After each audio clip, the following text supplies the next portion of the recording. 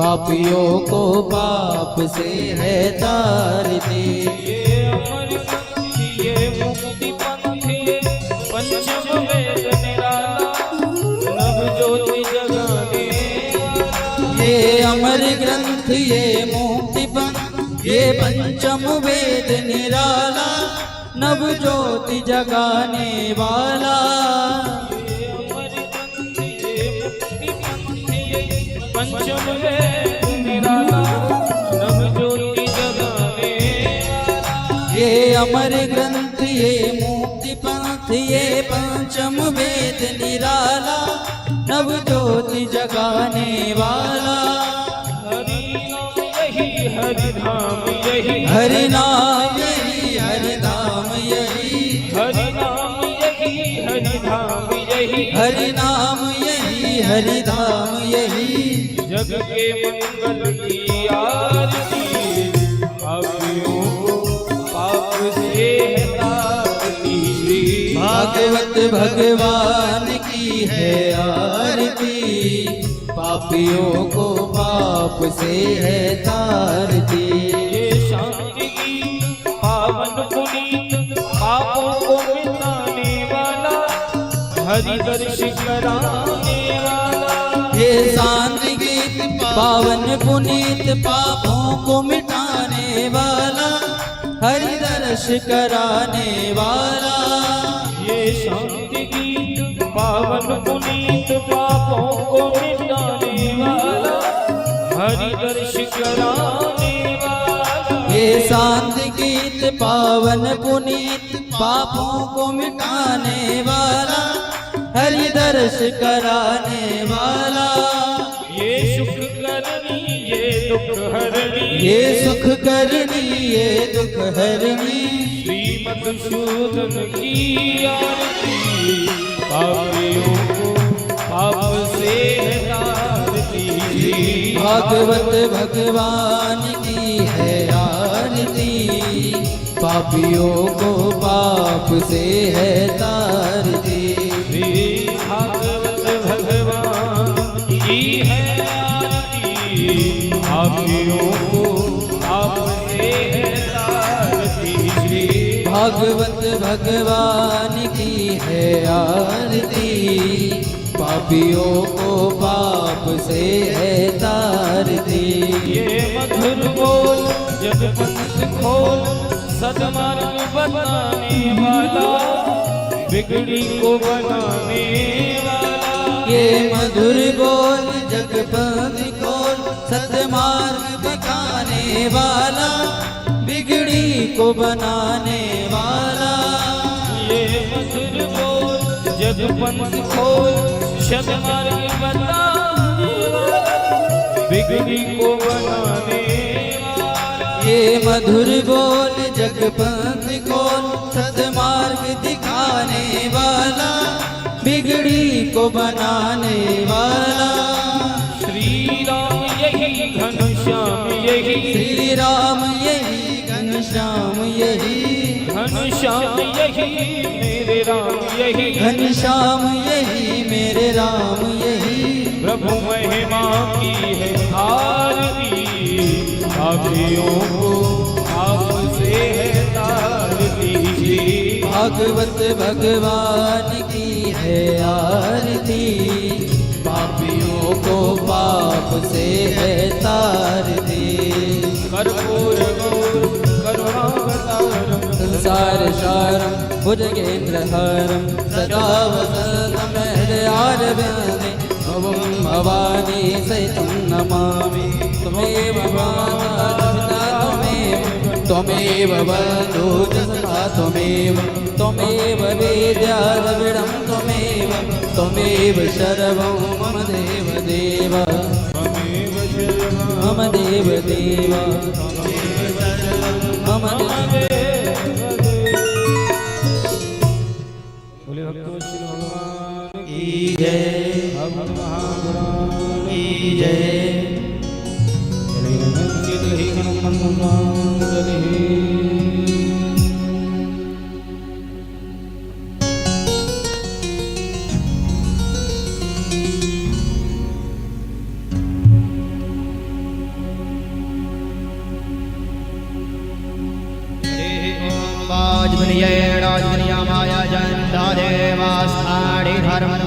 प्रधामाणिया षण्णो देहडागं महिमाणः सजन्तजुरवुर्भे साधियाः शन्तिदेवाः सेवन्ते काम्बकुलचम्पकपाटलाब्जे पुण्यागजाते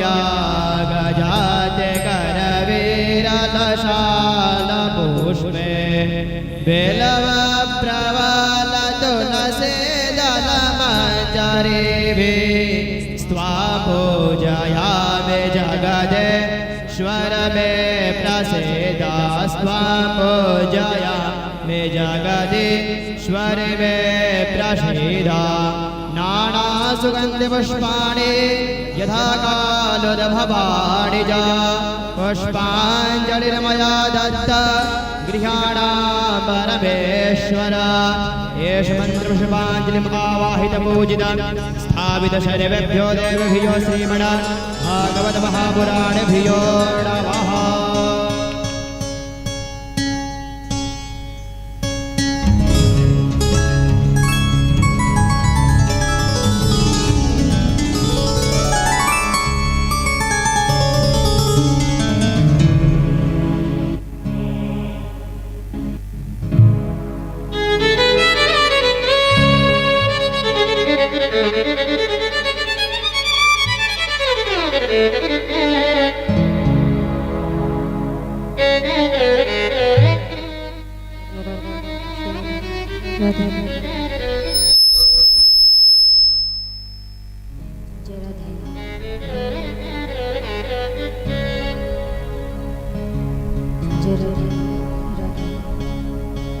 श्री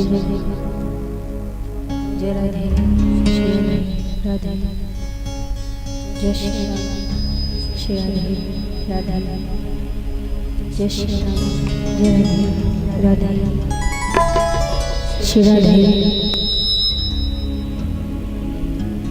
जय राधे श्री राधे राधा जय श्री राम जय राधे राधा श्री राधे राधा जय राधे बोलिए श्री वाके हरिलाल की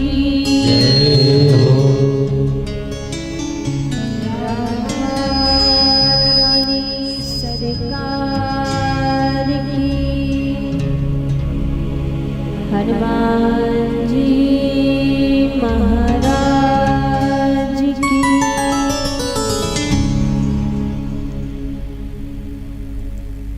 श्री राधे राधे राधे जय श्री राम।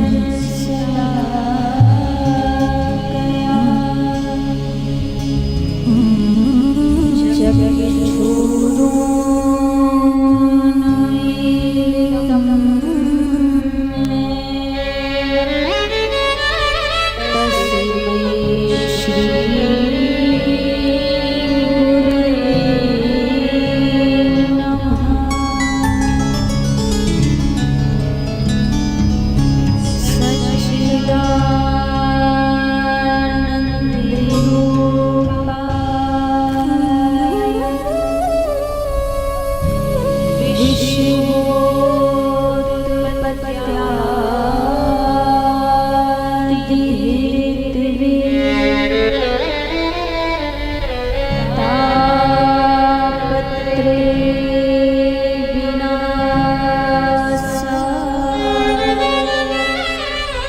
श्री कृष्णाय वयं नमः।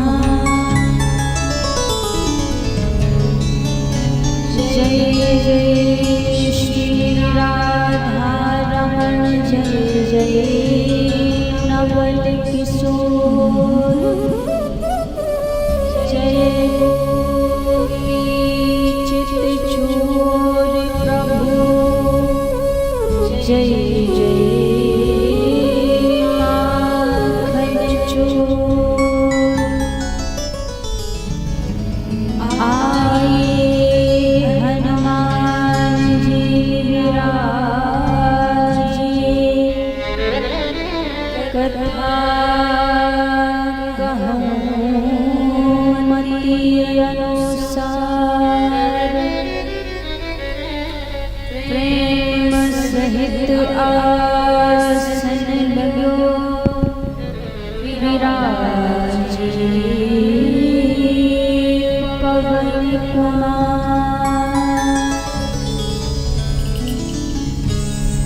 हरे कृष्ण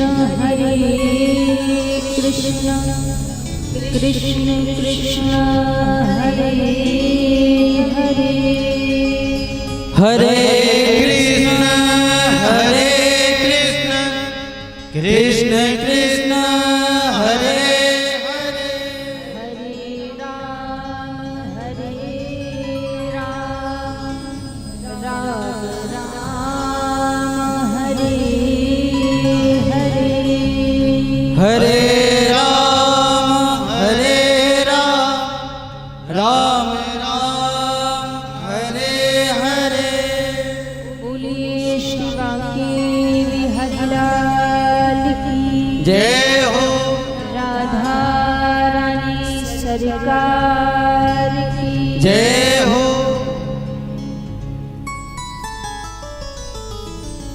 आइए सभी भक्तजन आज की पावन मंगलमयी कथा में प्रवेश करने से पहले मन और वाणी को पवित्र करते हुए प्रभु के पावन नाम को गाते हुए सभी आज की पावन मंगलमयी कथा में प्रवेश करेंगे। सभी बड़े भाव और प्रेम से मिलकर प्रभु के पावन नाम को गाएंगे।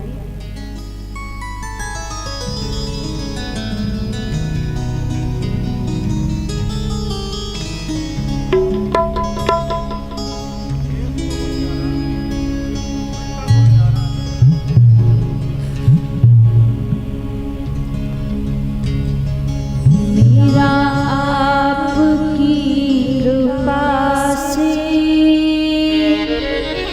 सब काम हो रहा है।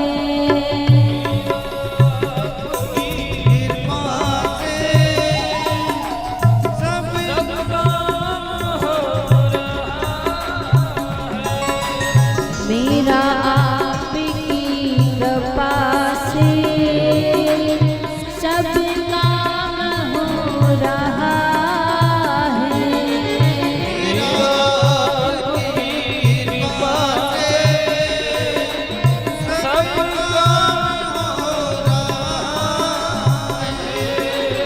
करते हो तुम कन्हैया मेरा नाम हो रहा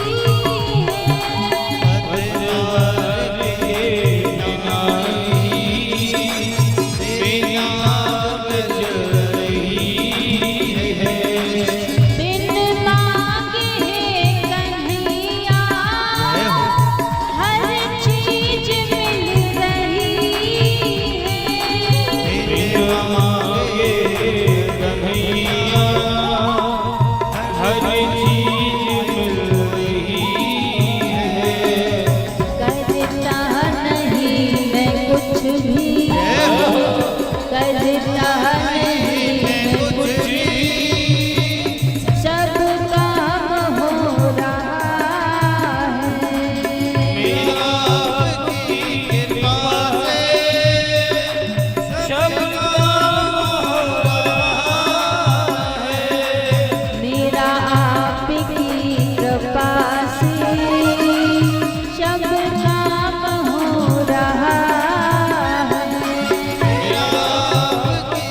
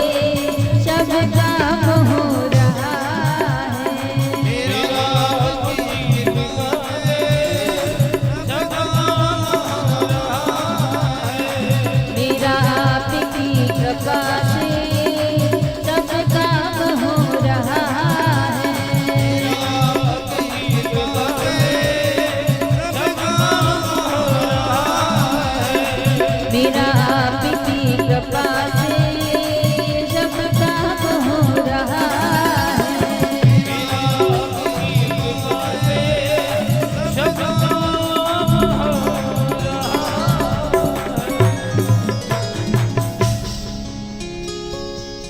मेरा आपकी कृपा से सब काम हो रहा है। मेरा आपकी कृपा से सब काम हो रहा है। करते हो तुम कन्हैया मेरा नाम हो रहा है। करते हो तुम कन्हैया मेरा नाम हो रहा है। मेरा आपकी कृपा से सब काम हो रहा है। मेरा आपकी कृपा से सब काम हो रहा है। बोलिए श्री राधा रमन लाल की जय हो। भागवत महापुराण की जय हो। आइए सर्वप्रथम मेरे परम आराध्य अकारण करुणा वरुणालय अनंत कोटि कल्पतरु पीतांबरधारी श्री राधा रमन लाल जी के पावन चरणों में प्रणाम करते हुए अनंत बलवंत संत श्री हनुमंत लाल जी महाराज के चरणों में प्रणाम करते हुए सभी संत समाज, विप्र समाज, विद्युत समाज, कथा में उपस्थित सभी भक्तजनों के हृदय में विराजित मेरे लोक लोचन सावरे सरकार के श्री चरणों में व्यासपीठ की ओर से वंदन प्रणाम करते हुए आज द्वितीय दिवस की पावन कथा में सभी प्रवेश करेंगे। कल हम आप सभी ने श्रीमद् भागवत कथा के महत्व को श्रवण किया, महत्व की कथा को सुना। जो कथा सुनने का सौभाग्य हम सभी को मिल रहा है, ये भागवत की कथा को सुनने का सौभाग्य स्वर्ग में देवी देवताओं को भी नहीं मिलता। जो अवसर यहाँ पर हमें प्राप्त हो रहा है, यहाँ एक बार का समय था, नारद जी पृथ्वी लोक पर भ्रमण कर रहे थे।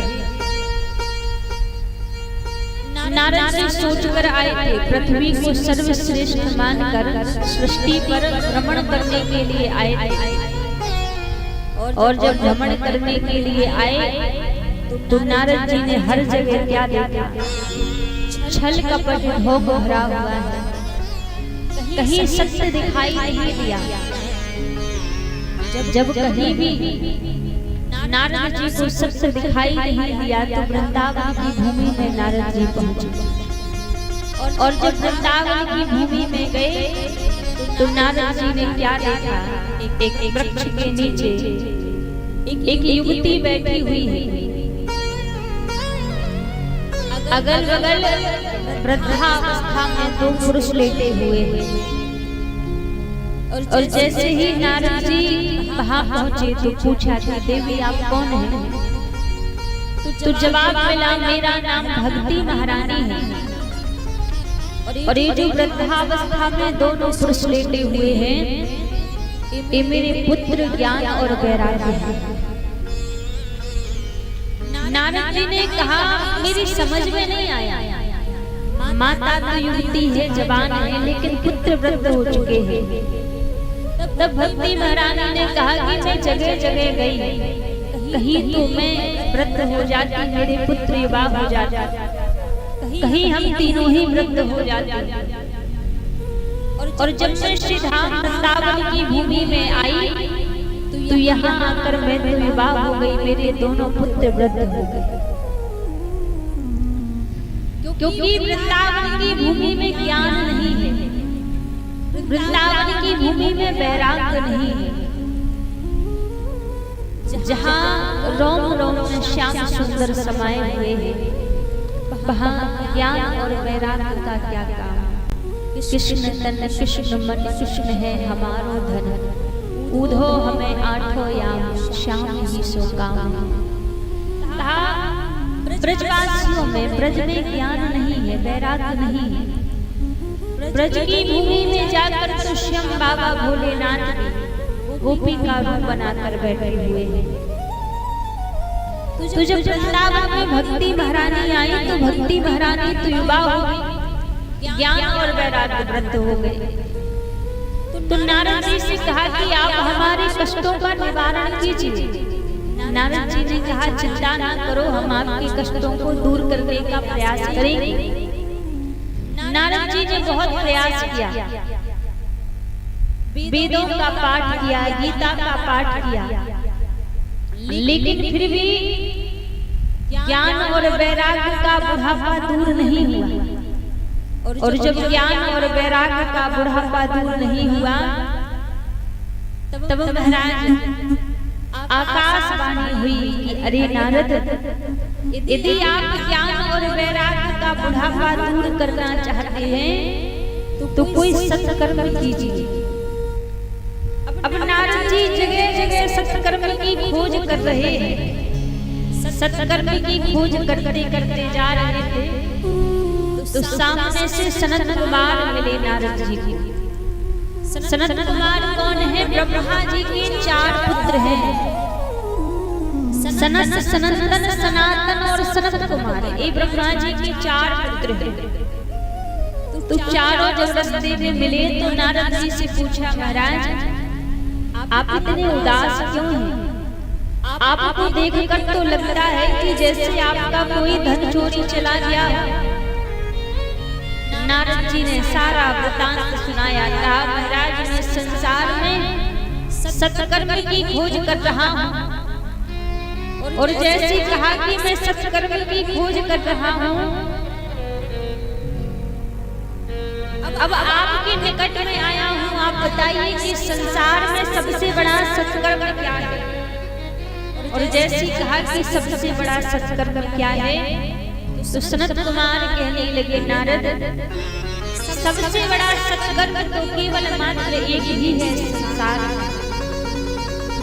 सत्कर्म सूचि को नूनम ज्ञान यज्ञ स्मृतौ बुधै श्रीमद् भागवती वार्ता श्रुतो गीत सुकादिभिः।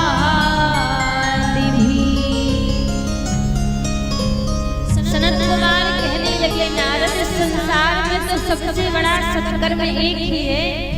आप श्रीमद् भागवत की कथा सुनाइए। भागवत की कथा सुनाएंगे तो ज्ञान और वैराग्य का बुढ़ापा अवश्य दूर हो जाएगा। और जैसे ही कहा महाराज तो नारद जी पूछने लगे कि जब वेदों का पाठ करने में कुछ नहीं हुआ तो केवल मात्र एक भागवत की कथा को सुनाने से कैसे ज्ञान और वैराग्य का बुढ़ापा दूर हो जाएगा? तब नारद जी ने कहा, सनत कुमार कहने लगे, नारद वेद वृक्ष है और उसी वृक्ष का पका हुआ फल श्रीमद् भागवत की कथा है। कहते हैं जो स्वाद एक वृक्ष में नहीं होता वो स्वाद उसके फल में होता है। तो कहा आप भागवत की कथा सुनाइए। नारद जी ने कहा ठीक है। अब नारद जी और सनत कुमार के बद्रीनाथ की भूमि में और ज्ञान वैराग्य और भक्ति महारानी है वृंदावन की भूमि में। वहां से थोड़ा सनत कुमार आगे चलकर आए। यहाँ से ज्ञान वैराग्य भक्ति महारानी को बुलाया। बीच में हरिद्वार की पावन भूमि गंगा जी का किनारा, बट वृक्ष के नीचे सुंदर व्यास मंच बनाया और व्यास मंच पर चारों भाई सनत कुमार विराजित हैं और भागवत की कथा को कहना प्रारंभ कर दिया। जैसे ही भागवत की कथा को कहना प्रारंभ किया तो कथा के मध्य में नारद जी ने प्रश्न कर दिया। नारद जी पूछने लगे भगवान, यदि कोई पुण्यात्मा व्यक्ति भागवत की कथा को सुने और मुक्त हो जाए तो कोई बड़ी बात नहीं है, क्योंकि वो पुण्यात्मा था, धर्मात्मा था। क्या इस भागवत की कथा को सुनकर कोई पापी व्यक्ति भी मुक्त हो सकता है? सनत कुमार कहने लगे नारद, तुम तो केवल मात्र पापी व्यक्ति की बात कर रहे हो। मैं तो यहाँ तक कहता हूँ कि जिस व्यक्ति ने जीवन पर्यंत कोई अच्छा काम न किया हो, काम क्रोध की अग्नि में जलता रहा हो, ऐसा व्यक्ति भी मरने के बाद प्रेत बन जाए और प्रेत बनकर भी यदि भागवत की कथा को श्रवण कर ले तो ऐसा व्यक्ति भी मुक्त हो जाता है। अब जैसे कहा तो नारद जी बोले महाराज आपकी बात समझ में नहीं आई। कोई जिंदा व्यक्ति भागवत की कथा सुने तब तो बात अलग है। कोई भूत प्रेत कैसे भागवत की कथा सुन सकता है? एक कथा तो आप हमें विस्तार से श्रवण कराइए। तब सनत कुमार कहने लगे नारद, एक आत्मदेव नाम के ब्राह्मण जिनकी पत्नी का नाम धुंधली देवी। अब आत्मदेव जी तो बड़े ही ज्ञानी थे, बड़े ही विद्वान, लेकिन इनकी पत्नी कोई भी सद्गुण नहीं था इनके अंदर। ना पूजन पाठ करती, ना भगवान का ध्यान करती, दिन भर इधर उधर की वार्तालाप करके पूरा समय निकालती रहती और कहती है महाराज घर की गृहिणी कितनी भी संस्कारी हो, कितनी भी गुणवान हो, लेकिन उसके अंदर यदि भगवान की सेवा का गुण नहीं है, भगवान की पूजा पाठ का गुण नहीं है, तो उसके वो संस्कार फिर किसी काम के नहीं। क्योंकि वास्तव में घर की गृहिणी वही होती है जो ज्यादा नहीं तो कम से कम सुबह और शाम को तो अपने घर में भगवान की संध्या बेला करे, पूजन अर्चन करे। ये हर एक घर की गृहिणी का कार्य होता है। आजकल माताओं को इतना काम नहीं होता, फिर भी भगवान का पूजन पाठ नहीं करती, इधर उधर की बातें कर करके समय बिता देगी। आज के समय में तो 2-2 घंटा मोबाइल पे निकाल देगी, पर 5 मिनट भगवान के सामने नहीं बैठेंगी।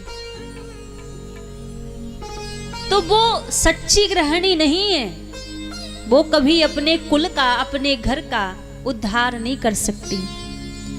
क्योंकि एक घर की गृहिणी का ही कार्य होता है कि खुद भी वो भगवान से जुड़े और अपने घर में जितने सदस्य हैं उनको भी भगवान से जोड़े। तो धुंधली दिन भर घर में रहा करती थी, लेकिन कोई सद्गुण नहीं था। कभी भगवान का नाम जप नहीं करती, पूजा पाठ नहीं करती, कोई नियम संयम इसके जीवन में नहीं था। आत्मदेव जी तो बड़े ज्ञानी थे, लेकिन इनके घर में कोई संतान नहीं थी। एक दिन क्या हुआ, एक साधु इनके द्वार पर भिक्षा मांगने के लिए आए, और जब भिक्षा मांगने के लिए आए तो आत्मदेव जी घर के अंदर भिक्षा लेने के लिए गए। और जब भिक्षा लेकर आत्मदेव जी बाहर आने लगे तो साधु ने क्या देखा कि इनके घर के आंगन में जो तुलसी लगी थी वो तुलसी सूख गई है। तो आत्मदेव जी से पूछने लगे कि हे विप्र देवता, आप क्या अपने घर के आंगन की तुलसी को जल नहीं देते? आपके आंगन की तुलसी सूखी हुई है। आत्मदेव जी ने कहा, महाराज जल तो नित्य प्रति देते हैं, पर कभी भी ये तुलसी हरी भरी नहीं होती। संत के मुख से वैसे ही निकल पड़ा। मुझे लगता है आपके घर कोई संतान नहीं है, इसलिए तुलसी मैया आपके हाथ का जल स्वीकार नहीं करती। क्षमा करना, मैं भिक्षा नहीं ले सकता। खाली हाथ संत वहां से लौटकर चले गए। जब खाली हाथ वहां से लौटकर चले गए तो आत्मदेव जी को बड़ा कष्ट हुआ, बड़ा दुख हुआ। ऐसा जीवन किस काम का? ना साधु सेवा कर सकता हूं, न भगवान सेवा स्वीकार कर रहे हैं। वन में जाकर बैठकर रुदन करने लगे, भगवान को पुकारने लगे। देखो, घर में तुलसी की बड़ी महिमा है। जिस घर के आंगन में तुलसी लगी रहती है वो घर मंदिर के समान होता है। और आप खूब बड़ा महल अटारी बना लो और घर के आंगन में यदि तुलसी नहीं है तो वो नरक के ही बराबर है। भागवत जी में एक आंगन का वर्णन है। संत स्वयं चलकर आए हुए थे घर में, लेकिन देखा कि घर के आंगन में सूखी तुलसी है तो लौट कर चले गए। एक आंगन का वर्णन मानस में है। जब श्री हनुमान जी महाराज लंकापुरी में माता जानकी की खोज करने के लिए गए तो हनुमान जी महाराज विचार करके गए थे, दैत्यों की नगरी है, राक्षसों की नगरी है, ज्यादा रुकना नहीं है, बस माँ की खोज करके लौट कर आ जाऊंगा। रात्रि के समय लंकापुरी में हनुमान जी महाराज भ्रमण कर रहे थे और जब रात्रि के समय में भ्रमण कर रहे थे तो एक घर हनुमान जी महाराज को ऐसा दिखाई दिया। उस घर को देखकर हनुमान जी महाराज चकित हो गए। उस घर को देखकर कहने लगे, पूरी लंकापुरी को नहीं कहा कि पूरी लंकापुरी सुंदर बनी है, भुवन एक सुंदर पुनी देखा। एक भुवन सुंदर दिखाई दिया केवल। अब उस एक भवन में ऐसा क्या था जिसके लिए हनुमान जी ने कहा कि ये सुंदर है? वैसे पूरी लंकापुरी सोने की बनी है। लंकापुरी में नौकर चाकर के घर भी सोने के बने हैं, लेकिन उनके लिए नहीं कहा कि ये सुंदर है। एक घर को हनुमान जी ने कहा कि बड़ा सुंदर है, मंदिर के समान है। क्यों? क्योंकि उस घर के आंगन में तुलसी लगी हुई थी। उस तुलसी को देखकर हनुमान जी महाराज खड़े हो गए। अब मन ही मन विचार करने लगे, ये तो दैत्यों की नगरी है, ये तो राक्षसों की नगरी है, और इस राक्षसों की नगरी में ऐसा कौन सा सज्जन आ गया जिसके घर के आंगन में तुलसी लगी हुई है। खड़े होकर मन ही मन विचार कर रहे थे। इतने में क्या हुआ, भोर की बेला हो गई थी। तो वो घर किसका था? विभीषण जी का घर था। और विभीषण जी राम राम कही, राम कही, राम राम कहते हुए विभीषण जी महाराज जाग उठे। तब हनुमान जी को लगा कि हाँ, ये तो सच में किसी भक्त का घर है, किसी वैष्णव का घर है। तो यहाँ पर हनुमान जी महाराज गए नहीं थे, रास्ते से जा रहे थे, लेकिन घर के आंगन में जब तुलसी लगी देखी तो तुलसी को देखकर हनुमान जी खड़े हो गए। तो तुलसी की बड़ी महिमा है महाराज। जिसके घर के आंगन में तुलसी होती है, ऐसा कहा जाता है उस घर के आंगन में कभी यम के दूत नहीं आते। उस घर से कोई व्यक्ति जब विदा लेता है तो भगवान के पार्षद ही उसको लेने के लिए आते हैं। इसलिए हर एक सनातनी के घर में तो तुलसी मैया होनी ही चाहिए। पहले के समय में किसी भक्त के घर की पहचान कैसे होती थी? घर के आंगन में तुलसी लगी रहती थी। कहीं कहीं गांव में तो आज भी देखने को मिलता है, सबसे पहले घर के द्वार पर गौ माता खड़ी रहती है। थोड़ा सा अंदर चले जाओ तो घर के आंगन में तुलसी मैया लगी रहती हैं। और घर के द्वार पर पहले के लोग क्या करते थे, घर के मुख्य द्वार पर कोई भगवान का नाम लिखवाता, कोई गायत्री मंत्र लिखवाता, कोई 12 अक्षर मंत्र लिखवाता, कोई मानस की चौपाइयां लिखवाया करता था। क्यों? क्योंकि आने जाने वाला व्यक्ति जब भी उस घर की ओर देखेगा, जितनी बार उस चौपाई का उस मंत्र को वो देखेगा तो उतनी बार भगवान का स्मरण आएगा। तो इससे पहचान होती थी कि किसी भक्त का घर है, किसी वैष्णव का घर है। आजकल तो ऐसा होता नहीं। आजकल लोग घर बनवाते हैं तो भगवान का नाम नहीं लिखते, खुद का नाम लिखते हैं। घर बड़ा सुंदर बनवाया है, लिखेंगे तिवारी भवन, शुक्ला भवन। अब अच्छा एक चीज बताइए, आपने घर के सामने अपना नाम लिख लिया और घर के सामने अपना नाम लिखने से क्या मिल जाता है? कुछ किसी वस्तु की प्राप्ति होती है क्या? आप सोचो, नाम लिखकर हमारी पहचान होगी, ऐसी पहचान को पाकर क्या करोगे जिस पहचान का कोई अस्तित्व ही नहीं है। घर के सामने भगवान का नाम लिखना चाहिए। हमारे वृंदावन में आप जाकर देखो, जितने भी घर बने होंगे, किसी भी घर के सामने किसी व्यक्ति मात्र का नाम लिखा नहीं मिलेगा। हर घर के सामने या तो राधा रानी का नाम या ठाकुर जी का नाम। उससे पहचान होती है कि किसी भक्त का घर है, किसी वैष्णव का घर है। इसलिए घर के सामने हमेशा भगवान का नाम लिखना चाहिए। तो महाराज आज हनुमान जी ने जब यहाँ पर देखा कि भले ही राक्षसों की नगरी है और उतनी बड़ी राक्षसों की नगरी में रहने के बाद भी विभीषण जी के घर के मुख्य द्वार पर राम लिखा हुआ था। जब कभी रावण पूछा करता था कि देख, तू भाई मेरा है, मेरे राज्य में रहता है और तूने नाम मेरे शत्रु का लिख रखा है, राम का नाम तूने द्वार पर लिख रखा है, तो विभीषण जी महाराज जवाब क्या देते थे? महाराज, ये राम का नाम नहीं है, ये तो आपका ही नाम है। रावण कहता मेरा नाम तो रावण है, दशानन मेरा नाम है और तूने तो राम लिख रखा है, तो कैसे मेरा नाम हो गया? तब विभीषण जी कहते नाना, ये आपका ही नाम है। आपका जो नाम है रावण, तो आगे का रा, और मेरी भाभी माँ का जो नाम है मंदोदरी, उनके नाम के आगे का माँ शब्द लिखकर मैंने यहाँ पर राम लिख रखा है। ये आपके शत्रु का नाम नहीं है, तो आपका ही नाम है। तो लिखने वाले और भगवान के भक्त एक दैत्यों की नगरी में रहकर भी पहचान बता देते हैं कि भगवान के भक्त हैं, वैष्णव हैं। और ना भक्ति करने वाले केवल बहाने देखते हैं। तो महाराज यहाँ पर घर के आंगन में देखो, तुलसी तो सबके ही होने चाहिए और सबका नियम होना चाहिए। ज्यादा आप पूजा पाठ ना कर सको तो नित्य प्रति 1 लोटा जल तो तुलसी मैया को अवश्य ही देना चाहिए। आज जब आत्मदेव जी के आंगन के घर की तुलसी को सूखा देखा, संत ने तो लौट कर चले गए। आत्मदेव जी वन में बैठे बैठे रो रहे हैं, रुदन कर रहे हैं। तभी वहां से एक महात्मा जी निकले। तो महात्मा जी को लगा, दिखने में तो बड़े विद्वान नजर आ रहे हैं, ज्ञानी लग रहे हैं, और इस जंगल में बैठकर रो रहे हैं, तो शायद भगवान के लिए रो रहे होंगे। जाकर पूछता हूं।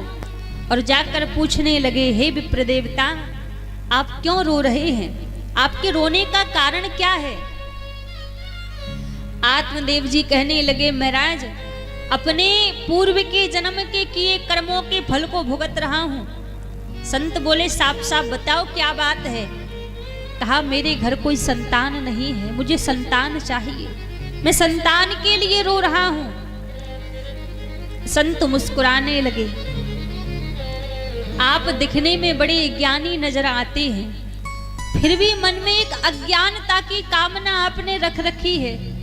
अरे, यदि इतनी ही संतान के प्रति ममता है, पुत्र के प्रति इतनी ही ममता है, तो भगवान को अपना पुत्र बना लो। आपका स्वयं का पुत्र भले ही एक दिन आपका साथ छोड़ देगा, लेकिन यदि भगवान को अपना पुत्र मान लोगे तो भगवान कभी साथ नहीं छोड़ेंगे, प्रभु कभी साथ नहीं छोड़ेंगे। समझाया, आत्मदेव जी नहीं माने। कहा, मुझे तो स्वयं का पुत्र चाहिए, संत कहने लगे मान लो कि तुम्हारे घर एक पुत्र हो गया, पुत्र होने के बाद कुछ समय जीवित रहा, फिर मृत्यु को प्राप्त कर गया, तो आप कितने दिन रोओगे? 2 महीने, 4 महीने, 6 महीने, इससे ज्यादा कोई नहीं रोता। फिर तो विचार कर लेते हैं सबकी किस्मत में नहीं था तो भगवान ने ले लिया, इससे ज्यादा कोई नहीं रोता। लेकिन यदि पुत्र होने के बाद कुपुत्र निकल आया तो 1-2 दिन नहीं, पूरे जीवन भर रुलाएगा। इसलिए पुत्र की कामना त्याग दो। आत्मदेव जी रोने लगे, नहीं मुझे तो श्याम का पुत्र चाहिए। जब रोने लगे तो संत को दया आ गई, एक फल दे दिया, जाओ जाकर ये फल अपनी पत्नी को खिला देना, सुंदर पुत्र का जन्म होगा। फल को लेकर धुंधली के पास आए, इस फल को खा ले, पुत्र का जन्म होगा। धुंधली ने उस फल को खाया नहीं, अपनी बहन की बातों में लगकर इसकी बहन ने कहा तू चिंता ना कर, फल खाने से कोई पुत्र नहीं होता है, मैं अभी गर्भवती हूँ और मेरे गर्भ से जो बालक जन्म लेगा मैं रातों रात तुझे ला कर दे दूंगी, तू मुझे थोड़ा धन दे देना। ऐसा ही किया धुंधली ने, वो फल जाकर गाय को खिला दिया। आत्मदेव जी से झूठ बोलने लगी कि मुझे तो फल खाने से बड़ा ही फायदा है। अब वो समय बीता, इसकी बहन के घर एक पुत्र ने जन्म लिया, वो रातों रात धुंधली को दे गई। अब तो धुंधली ने सब में डंडोरा पीट दिया कि मेरे घर पुत्र का जन्म हुआ है, पुत्र का जन्म हुआ है। आत्मदेव जी तो बड़े प्रसन्न कि भगवान की कृपा हमारे ऊपर भी हुई है, हमारे घर में भी किलकारियां गूंजने लगी। अब लेकिन महाराज जो फल गाय को खिलाया था वो संत की प्रसादी थी, और संत की प्रसादी कभी मिथ्या नहीं जाती। जो फल गाय ने खाया था, कुछ समय बाद उस गाय ने भी एक बालक को जन्म दिया। उस बालक के केवल कान गाय के समान थे, गैया जैसे कान थे, मानव जैसी देह, दुनिया अचरज कर रही, हरी माया तो देख। प्रभु की माया देखो कि एक गाय ने एक बालक को जन्म दिया। अब तो आत्मदेव जी बड़े प्रसन्न। जो पुत्र मोल का लिया था उसका नाम धुंधकारी रखा, और गाय के पुत्र का नाम गोकर्ण रखा। धीरे धीरे दोनों बड़े होने लगे। गोकर्ण जी तो संत की प्रसादी थे, तो हृदय से ही ज्ञान था, लेकिन ये जो धुंधकारी था ये अपनी माँ का लाडला था, और अपनी माँ के लाड़ प्रेम में बिगड़ गया। जब माँ की लाड़ प्रेम में बिगड़ गया, बड़े होकर मंदरा पान करने लगा, मांस का सेवन करने लगा। एक दिन गोकर्ण जी महाराज आत्मदेव जी धुंधकारी को अपने पास बुलाया, और अपने पास में बुलाकर धुंधकारी को समझाने लगे कि देख, हमें मनुष्य का जन्म मिला है, और मनुष्य जन्म की सार्थकता भगवान के नाम में है। तू मंदरा पान करता है, मांस का सेवन करता है, त्याग दे, महापाप लगेगा। जैसी कहा तो अपने पिता के ऊपर चिल्लाने लगा, अरे मुझे रोका मत करो, मैं जो भी करता हूं सब अच्छा करता हूं। बुरे लोगों की एक खासियत होती है, वो जो भी काम करते हैं उनको लगता है यही बढ़िया है, यही अच्छा है।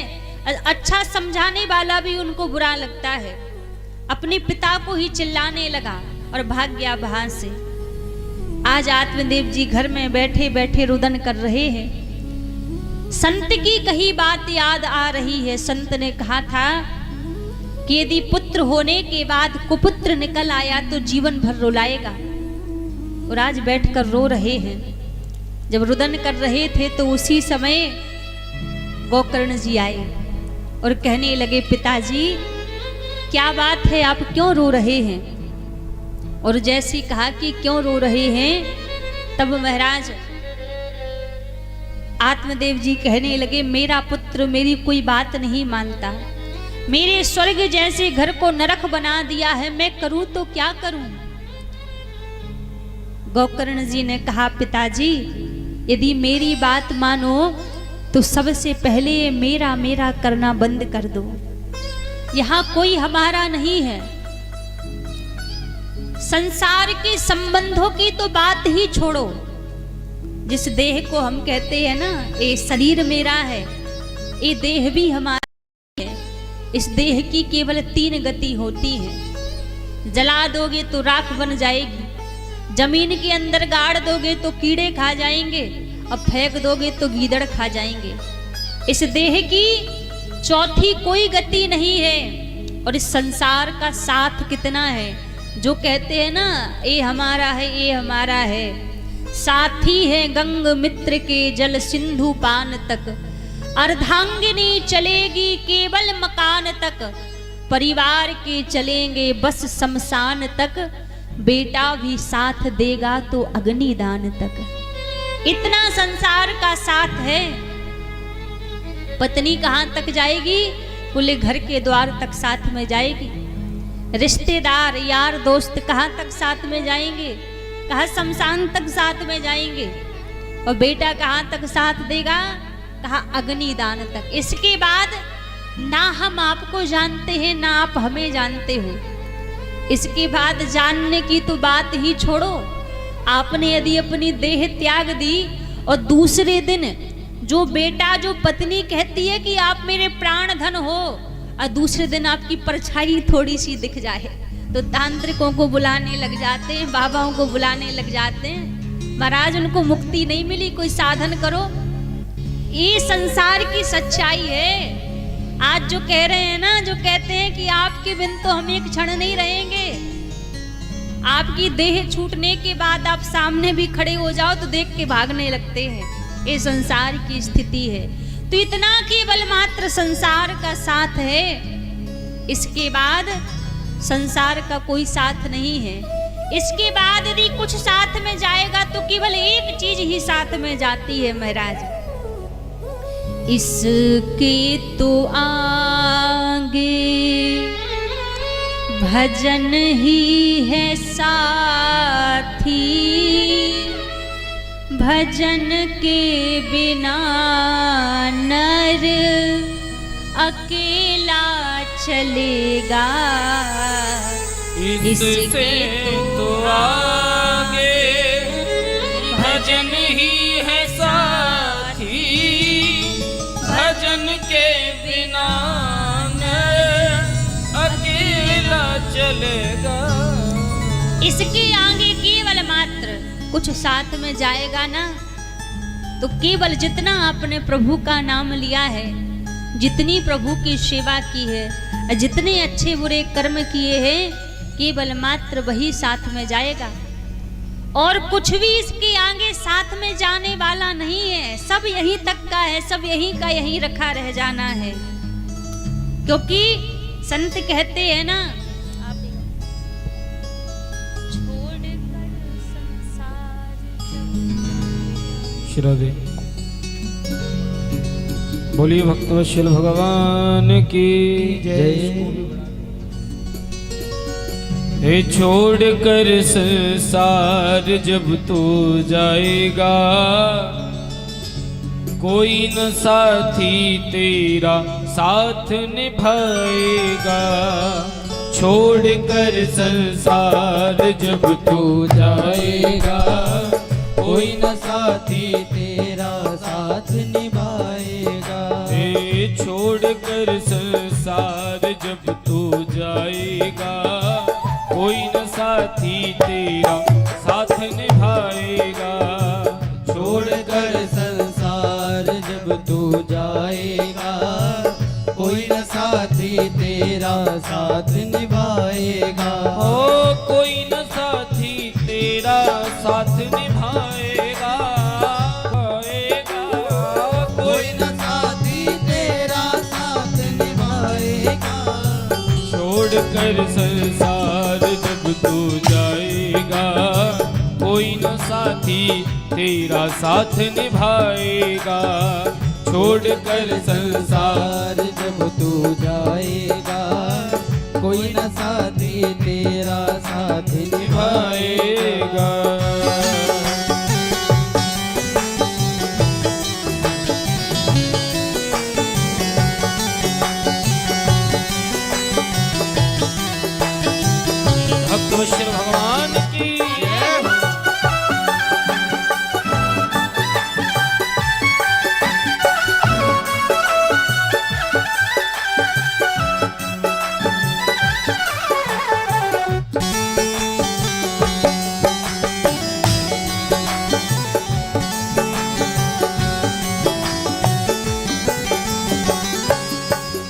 गर प्रभु का भजन किया ना सत्संग किया न 2 घड़ियां गर प्रभु का भजन किया ना सत्संग किया ना 2 घड़ियां गर प्रभु का भजन किया ना सत्संग किया न 2 घड़ियां गर प्रभु का भजन किया ना सत्संग किया ना 2 घड़ियां यमदूत लगा कर तुझको ले जाएंगे हथकड़ियां यमदूत लगा कर तुझको ले जाएंगे हथकड़ियां कौन छुड़ाएगा कोई न साथी तेरा साथ निभाएगा छोड़ कर संसार जब तू जाएगा कोई न साथी तेरा साथ निभाएगा हो छोड़ कर संसार जब तू जाएगा कोई न साथी तेरा साथ निभाएगा छोड़ कर संसार जब तू जाएगा कोई न साथी तेरा साथ निभाएगा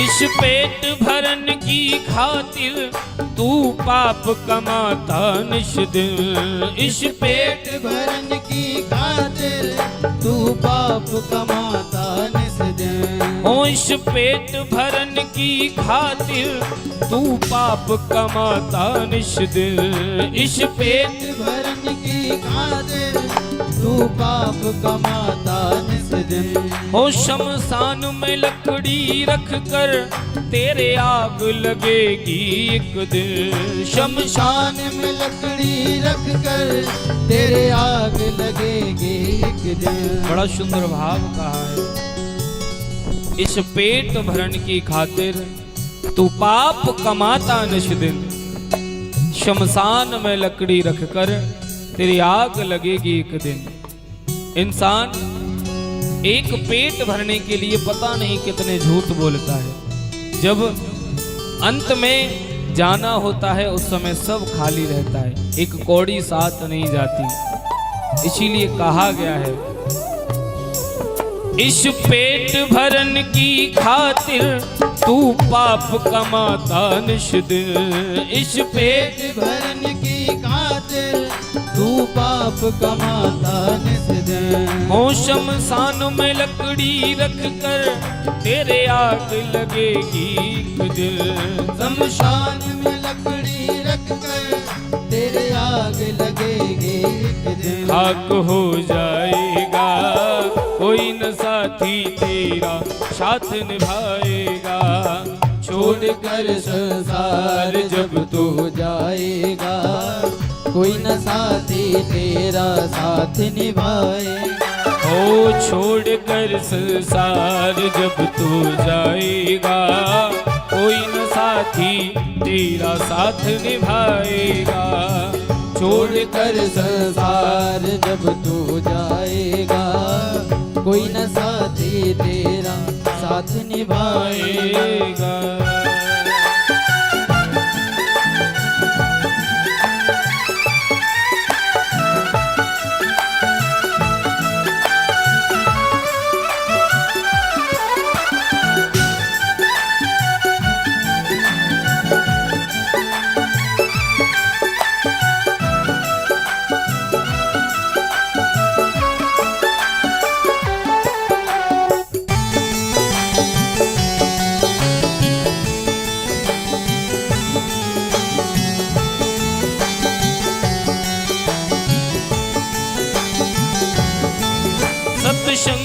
की है ये गंगा, तू इसमें लगा ले गोता।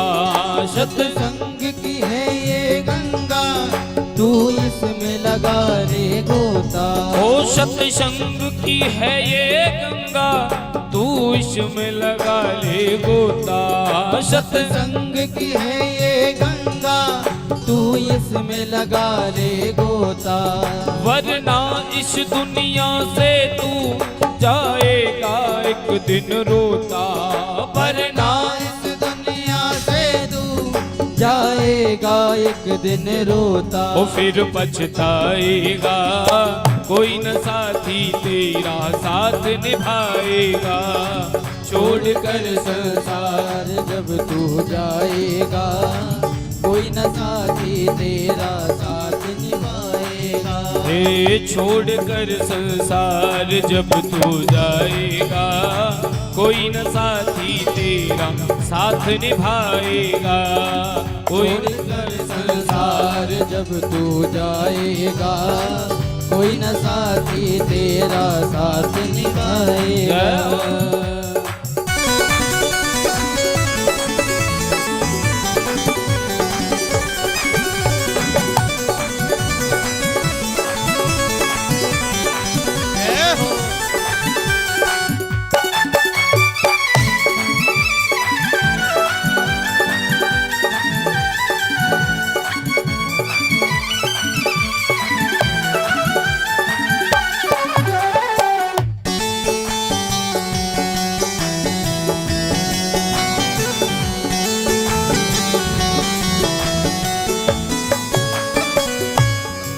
ओ क्यों करता मेरा मेरा ये दुनिया रैन बसेरा। क्यों करता मेरा मेरा ये दुनिया रैन बसेरा। ओ क्यों करता मेरा मेरा ये दुनिया रैन बसेरा। क्यों करता मेरा मेरा ये दुनिया रैन बसेरा। यहाँ कोई न रहने पाता ये चंद दिनों का डेरा। यहाँ कोई न रहने पाता ये चंद दिनों का डेरा। हो यहाँ कोई न रहने पाता ये चंद दिनों का डेरा। यहाँ कोई न रहने पाता ये चंद दिनों का डेरा। हंस उड़ जाएगा, हंस उड़ जाएगा, कोई न साथी तेरा साथ निभाएगा। छोड़ कर संसार जब तू जाएगा, कोई न साथी तेरा साथ निभाएगा। हे छोड़ कर संसार जब तू जाएगा, कोई न साथी तेरा साथ निभाएगा। छोड़ कर संसार जब तू जाएगा, कोई न साथी तेरा साथ निभाएगा। जब कुछ साथ नहीं जाने वाला तो साथ जाएगा क्या। एक बार दोनों हाथ उठा के श्री राधे राधे प्रभु गोविंद नाम लेते हुए सभी हे भज गोविंद गोविंद गोपाला। भज गोविंद गोविंद गोपाला। भज गोविंद गोविंद गोपाला। भज गोविंद गोविंद गोपाला। मेरो मुरली मनोहर नंद लाला। मेरो मुरली मनोहर नंद लाला। मेरो मुरली मनोहर नंद लाला। मेरो मुरली मनोहर नंद लाला। भज गोविंद गोविंद गोपाला। भज गोविंद गोविंद गोपाला। हे भज गोविंद गोविंद गोपाला। भज गोविंद गोविंद गोपाला। मेरो मुरली मनोहर नंद लाला। मेरो मुरली मनोहर नंद लाला। मेरो मुरली मनोहर नंद लाला। मेरो मुरली मनोहर नंद लाला। हे भज गोविंद गोविंद गोपाला। भज गोविंद गोविंद गोपाला। बोले भक्त वत्सल भगवान की जय। कांके बिहारी लाल की जय। कहते हैं महाराज संसार में कुछ साथ में जाएगा तो जितने हमने भगवान का नाम लिया है, जितना प्रभु का भजन किया है, केवल मात्र वही हमारे साथ में जाएगा और कुछ भी साथ में जाने वाला नहीं है। जितनी चीजों को भी हम कहते हैं ये मेरा है, ये मेरा है, क्यों करता मेरा मेरा ये दुनिया रैन बसेरा। यहाँ कोई ना रहने पाता ये 4 दिनों का डेरा। हंस उड़ जाएगा कोई ना साथी तेरा साथ निभाएगा। साथ कुछ जाएगा तो केवल मात्र प्रभु का नाम ही साथ में जाएगा। आत्मदेव जी को गोकर्ण जी ने समझाया कि पिताजी आप जितना भी ये मेरा मेरा कर रहे हैं, यहाँ पर कुछ भी हमारा नहीं है। और जब समझाया तो सारा घर परिवार छोड़कर वन में जाकर आत्मदेव जी भगवान का भजन करने लगे। गोकर्ण जी तीर्थ यात्रा पर चले गए। अब घर में केवल मात्र धुंधली और धुंधकारी थे। धुंधकारी एक दिन धुंधली के पास में आया और आकर कहने लगा, माँ मुझे धन ला कर दे, कहाँ छिपा कर रखा है। यदि धन नहीं देगी तो मैं तुझे मार दूंगा। और जैसी कहा कि धन नहीं देगी तो मैं तुझे मार दूंगा, धुंधली सोचने लगी पिता के पुत्र के हाथों से मरने से तो अच्छा है मैं स्वयं ही अपने प्राण त्याग दूं। रात्रि में कुएं में कूदकर धुंधली ने आत्महत्या कर ली। और जब धुंधली ने आत्महत्या कर ली तो फिर धुंधकारी घर में अकेला बचा। और जब अकेला बचा तो 5-5 गड़िकाओं को रख लिया। चोरी करने लगा, डांके डालने लगा। एक दिन राजा के घर से चोरी करके आया।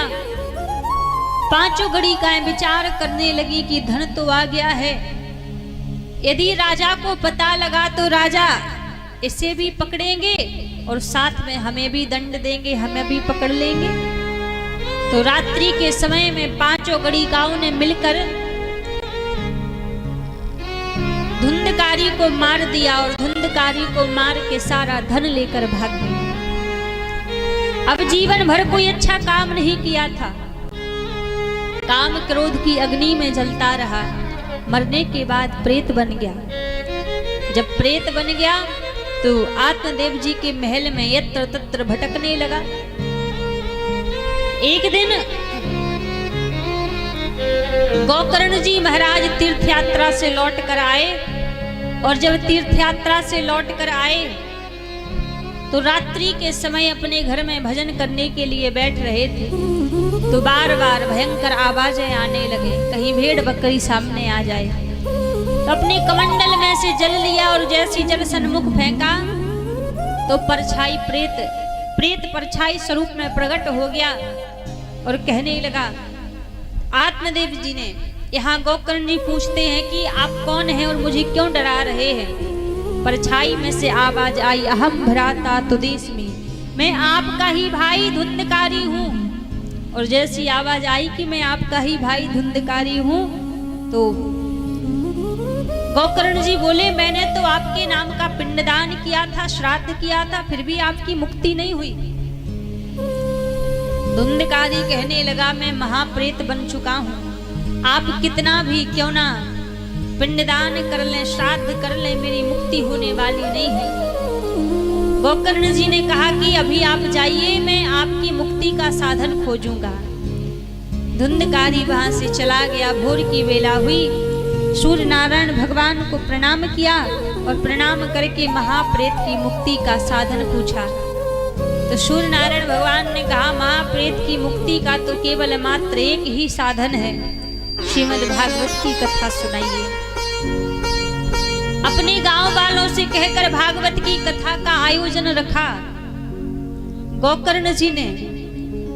और जैसे ही आयोजन रखा तो महाराज धुंधकारी को बुलाया। जब धुंधकारी को बुलाया तो प्रेत तो हवा होती है। अब धुंधकारी सोचने लगा, मैं कहाँ बैठूं, कहीं स्थान नहीं दिखा तो मंच की दाहिनी और एक सतग्रंथी बांस लगा हुआ था, उस बांस के अंदर आके धुंधकारी बैठ गया।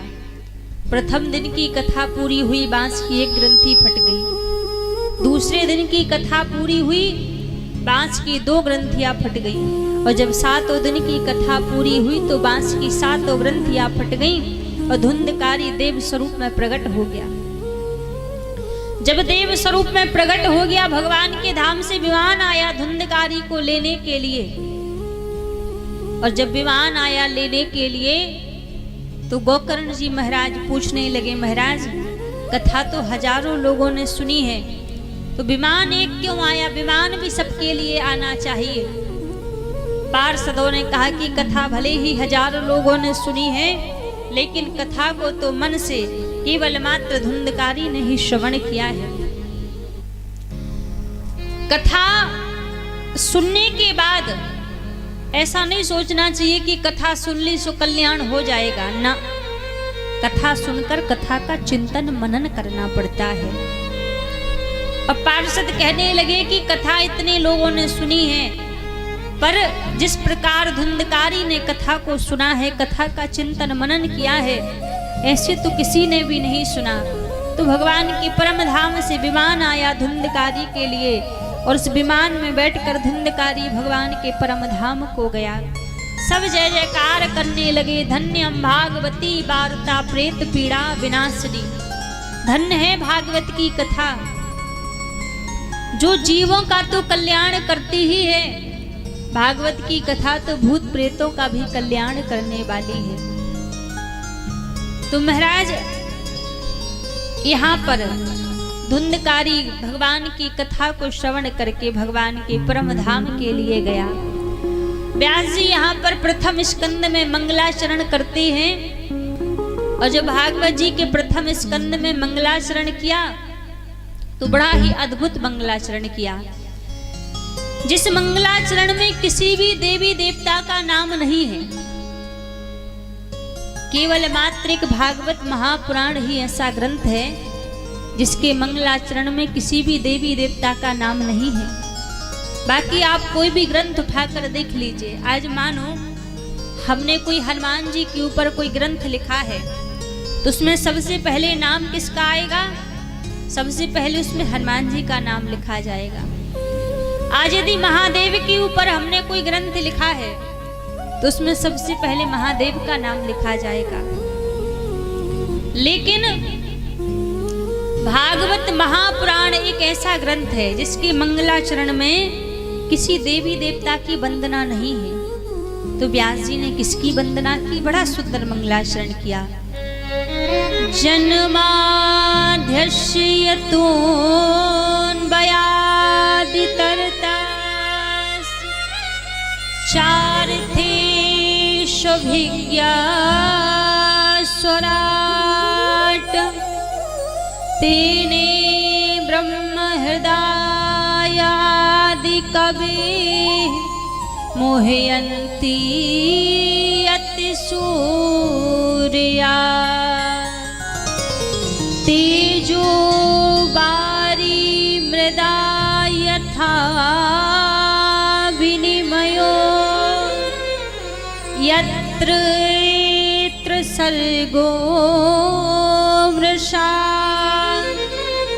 धामिना श्वेन सदा निरस्तिकुहकं सत्यम परम धी आदि कवि मोहयन्ति यत सूर्या। कल्प मात्र से ब्रह्मा जी को वेद वेदांतरों का यथा विनिमयो यत्र सर्गो मृषा धामना शयन सदा निरस्तिकुहकं सत्य धामना शयन सदा निरस्तिकुहकं सत्यम परम धीमहि। सत्य की वंदना की। अब सत्य की वंदना इसलिए भी की, यदि यहाँ पर भगवान का नाम लिख देते कि कृष्णम परम धीम, राम सत्य नहीं है क्या? कृष्णम परम धीम, राम सत्य नहीं है क्या? शिव सत्य, सत्य लिख कर सबकी वंदना व्यास जी ने एक ही शब्द में कर दी।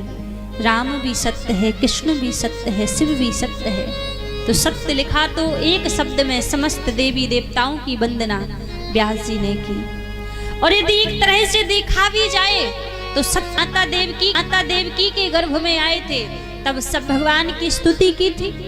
तो सत्य लिखकर भी भगवान का नाम लिख दिया, और एक बार सत्य लिखकर भी समस्त भगवान का नाम लिख दिया, और एक बार सत्य लिखकर भी समस्त देवी देवताओं की वंदना व्यास जी ने कर दी।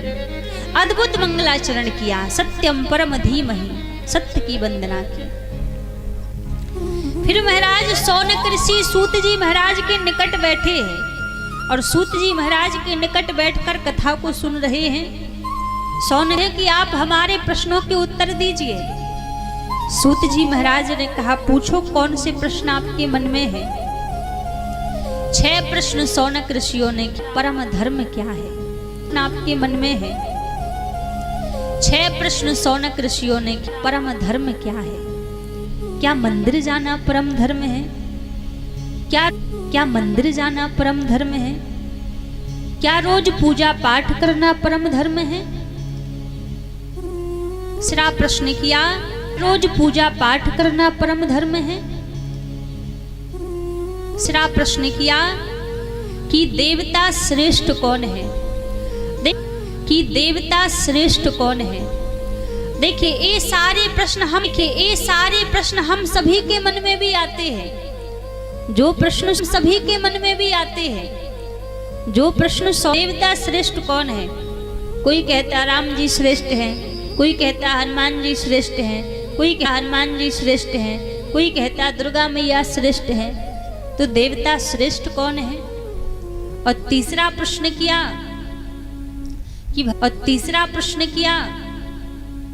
कि भगवान के अवतार कितने हैं। और चौथा, भगवान अवतार लेते हैं, रूप धारण करके आते हैं, तो वेदों में अजन्मा क्यों कहा गया। ये चौथा प्रश्न किया। और इस धराधाम को छोड़ कर गए तो धर्म किसकी शरण में गया। ये 6 प्रश्न सौनक ऋषियों ने सूत जी से पहले हम श्री सुख कर लें, तो सौनक ऋषि पूछने लगे, भगवान इस सुखदेव जी कौन है। अब बार बार इनका नाम लिया करते हैं, और जैसे ही नाम लिया करते हैं, और जैसे ही नाम लिया कि ये सुखदेव जी सूत जी महाराज सौनक ऋषियों को श्रवण कराते हैं। गोलोक धाम में एक बार किशोरी श्री राधा रानी की गोदी नन्हे से तोते से कहने लगी कि करो, तो वो इसलिए मैं संसार में नहीं जाऊं, देती हूँ आपके ऊपर विष्णु की माया। देव जी महाराज पृथ्वी लोक ही पक्षिणी कैलाश पर्वत पर ही छोड़ दिया। पिता नारद जी को लगा कि सुखदेव जी का जन्म होना चाहिए, तो आज नारद जी नारायण नारायण करते हुए पहुंच गए कैलाश। समाधि में बैठे हैं, ध्यान में बैठे हैं। भगवान बड़े दिनों में नारद जी कहने लगे, देवी आजकल मैंने संसार में आना जाना बंद कर दिया है। क्यों? क्योंकि संसार हुआ है, इसलिए जी बोली महाराज संसार बड़ा ही प्रेम है। भगवान बोल और तो और अपना गुप्त रखना चाहिए। गुरु की यदि कृपा हो जाए, अनुग्रह कभी भगवान की किसी को नहीं बतानी चाहिए कि हमें आभास हुआ है। ये बात कभी किसी को नहीं बतानी चाहिए, लेकिन हाँ अपने गुरुदेव से नहीं छिपानी चाहिए। ये बात केवल मात्र कोई को बताइए, उनसे कोई परेशानी, आपका सगा हो, कितना भी आपका संबंधी क्यों ना हो, ये चीजें हमेशा गुप्त रखनी चाहिए। और कलिकाल में तो कलयुग का तो ऐसा प्रभाव छात माने जाते हैं। ये कलयुग का मुझसे कोई बात नहीं छुपाते। नारद जी कहने लगे, फिर ये बात तो धारण करते हैं उस माला में। तो पार्वती जी चुप हो गई कि अपने गले में जो मुंडों की माला धारण करते, फिर कैसा प्रेम। जिस माला को 24 घंटे पहन कर रखते हैं, जब उसी के बारे में नहीं बताया तो काहे का प्रेम। अच्छा मुझे कोई लेना काफी था। और नारद जी कहा, महाराज थोड़ा जल्दी पधारिए। विचार करने लगे कि जब आपका आगमन हुआ था तो माता जी तो याद करेंगी ही। पार्वती जी को भवन में जाकर बैठी हैं। अच्छा देखो जब कोई अपने भवन तक से को भवन जाकर बैठ जाए तो दूसरे लोग समझ जाते थे कि क्रोधित हैं इसलिए को भवन में जाकर बैठे हैं। लेकिन जरा विचार करो, प्रमाण हुआ करता यदि आज के समय में कोप भवन बनाया जाता तो क्या कभी खाली रहता कभी खाली?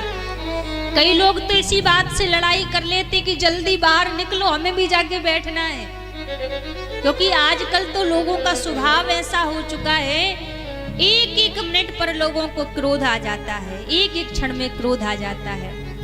कहते हैं ज्यादा क्रोध भी ये जो क्रोध है, इस क्रोध में कहते हैं जिसको क्रोध आता है ना, क्रोध के अंदर लोभ भी समाया है और क्रोध के अंदर लालच भी समाया है। तीनों अवगुण इसके अंदर समाये हुए हैं। क्रोध का स्वभाव कैसा होना चाहिए? देखो, ऐसा जल की भांति होना चाहिए। जिस जल का स्वभाव क्या है, जब आप जल को चूल्हे पर उबलने के लिए हो जाएगा, उसी प्रकार क्रोध का स्वभाव होना चाहिए। मान लीजिए कोई ऐसा कार्य किसी के द्वारा बन गया जिससे आपको क्रोध आ गया, आप वो क्रोध शांत हो जाना चाहिए। ऐसा नहीं कि अपराध थोड़ा सा बना है और आप 24 घंटे उस क्रोध को लेकर चल रहे हैं। क्रोध कभी किसी का सगा नहीं हुआ है, इसलिए एक क्रोध नाम की वस्तु तो होनी ही नहीं चाहिए, तो ही बढ़िया है। जहां स्वभाव शीतल होता है, सज्जनता का स्वभाव होता है, वहां आधे से ज्यादा अवगुण वहीं दमन हो जाते हैं। आधे से अवगुण वहां प्रकट भी नहीं हो पाते जहां स्वभाव शीतलता का होता है। और ज्यादा जहां गर्म स्वभाव होता है तो सही क्रोध को देखकर लोग आपसे ईर्ष्या करेंगे, तो आपके हृदय में भी ईर्ष्या उत्पन्न हो जाएगी। क्रोध से कई अवगुण आते हैं, इसलिए क्रोध बिल्कुल शीतल होना।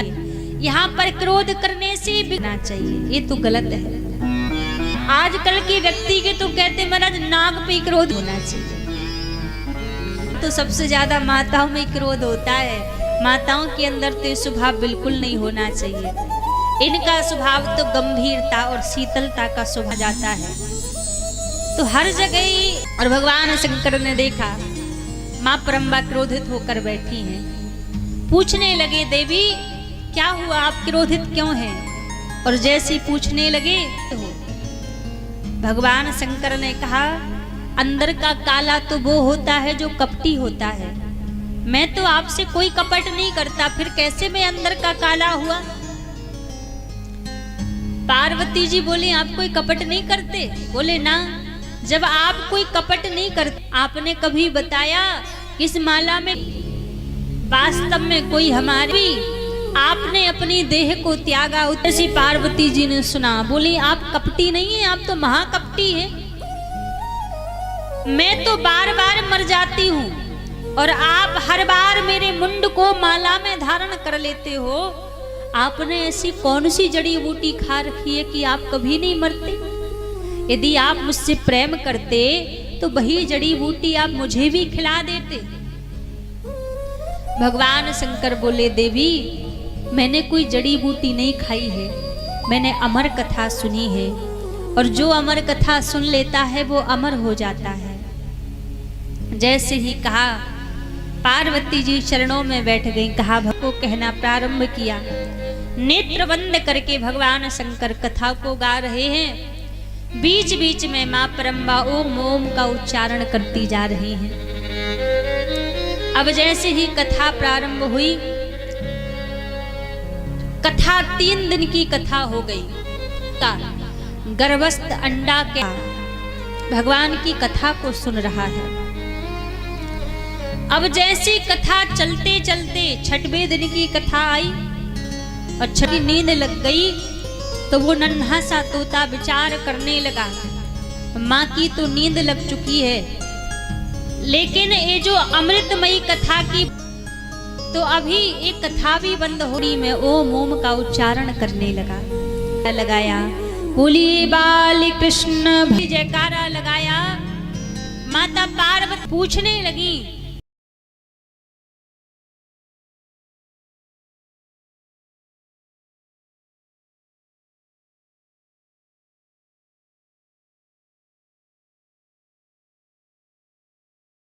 करने लगे कि जब पार्वती जी की नींद लग गई थी तो फिर बीच बीच में ये ओम ओम का उच्चारण कौन कर रहा था।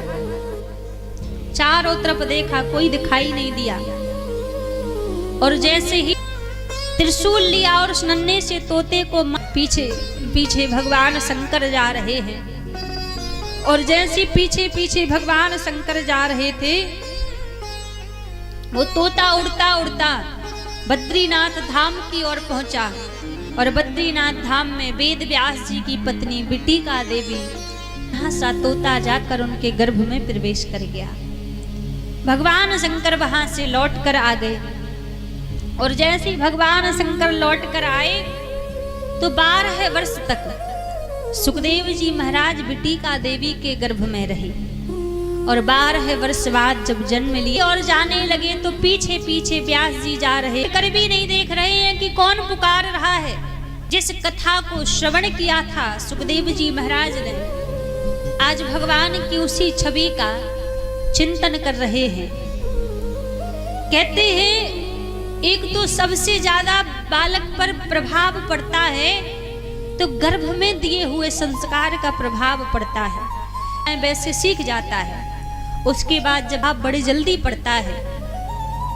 श्रवण किया था, जो भगवान के स्वरूप की महिमा को श्रवण किया था, आज जन्म लेते ही भगवान की उसी स्वरूप का चिंतन करते हुए सुखदेव जी महाराज वन की ओर जा रहे हैं। और वन में बैठकर भगवान की उसी छवि का सुखदेव जी महाराज चिंतन कर रहे हैं, स्मरण कर रहे हैं कि भगवान की वो दिव्य छवि का। तेरी मंद मंद मुस्कनिया पे, तेरी मंद मंद मुस्कनिया पे बलिहार साबरे, बलिहार साबरे, बलिहार साबरे, बलिहार साबरे, मुस्कनिया पे बलिहार, तेरी मंद मंद मुस्कनिया पे बलिहार, मुकुट लटकनिया पे बलिहार, ओ तेरी मोर मुकुट लटकनिया पे, तेरी मोर मुकुट लटकनिया पे बलिहार सावरे,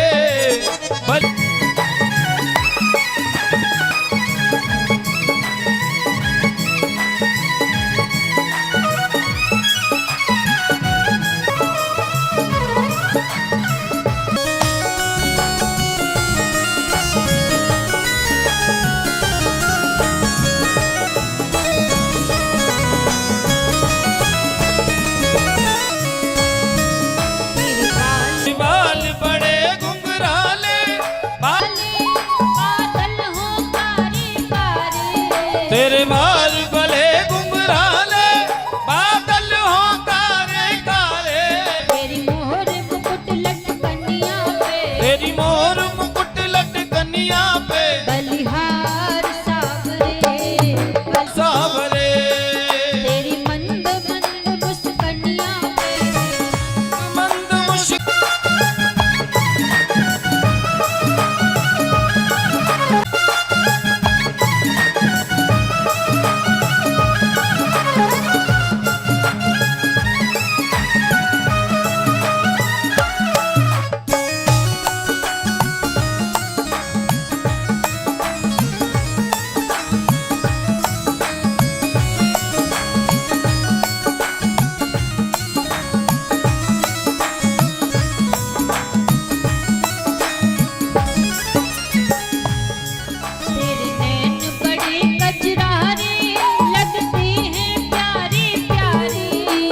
नैन बड़े कजरारे लगते हैं प्यारे प्यारे, तेरे नैन बड़े कजरारे लगते हैं प्यारे प्यारे, तेरे नैन बड़े कजरारे लगते हैं प्यारे प्यारे, तेरी तिरछी सी चितवनिया पे, तेरी तिरछी सी चितवनिया पे, तेरी तिरछी सी चितवनिया पे, तेरी तिरछी सी चितवनिया पे बलिहार सावरे, बलिहार सावरे, ओ बलिहार सावरे,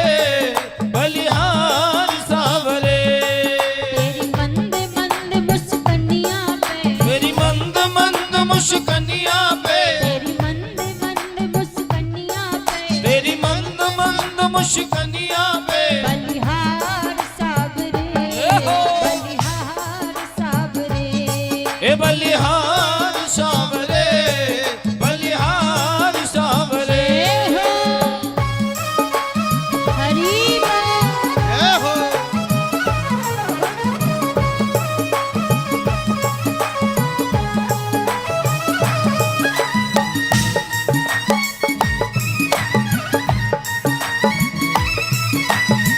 बांके बिहारी लाल की जय हो।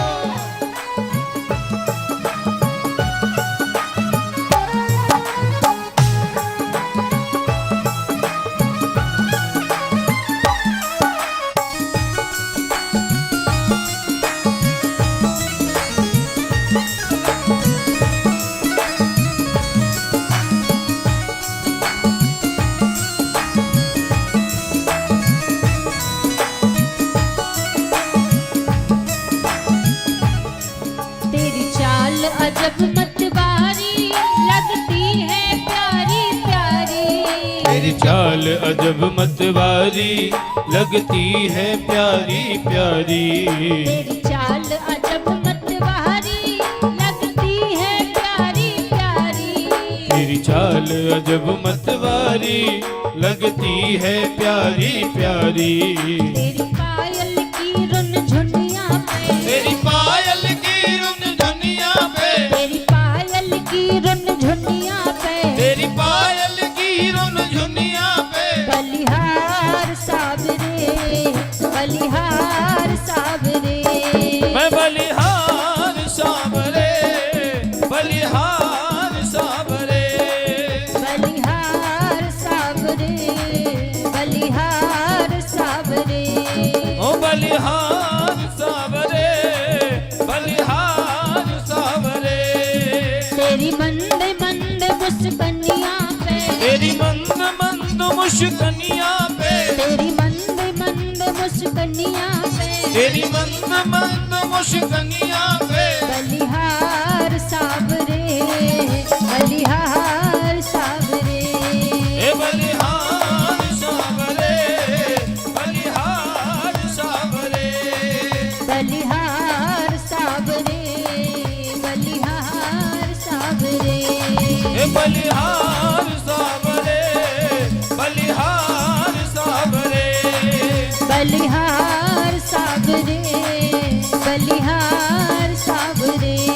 ओ बलिहार सांवरे, बलिहार। बलिहार साबरे। बोलिए बांके बिहारी लाल की जय हो। भगवान की उस दिव्य छवि का सुखदेव जी महाराज चिंतन करते हुए वन की ओर चले गए और वन में जाकर बैठकर भगवान का ध्यान करने लगे। पीछे पीछे व्यास जी जा रहे हैं, बेटा लौटाओ, बेटा लौटाओ। लेकिन सुखदेव जी महाराज ने एक बार भी पलट कर नहीं देखा कि कौन मुझे बुला रहा है, कौन मेरे पीछे पीछे आ रहा है। जब वन में जाकर सुखदेव जी ध्यान करने लगे तो शौनक ऋषि पूछने लगे, भगवान जब जन्म लेते ही सुखदेव जी महाराज वन में जाकर भगवान का भजन करने लगे थे, तो फिर लौट कर कैसे आए और कैसे आकर भागवत का अध्ययन किया और कैसे राजा परीक्षित को भागवत की कथा श्रवण कराई। आप ये कथा हमें श्रवण कराइए। तब सूत जी महाराज कहते हैं कि महाराज एक बार का समय था, बद्रीनाथ धाम में व्यास जी महाराज उदास अवस्था में बैठे हुए थे।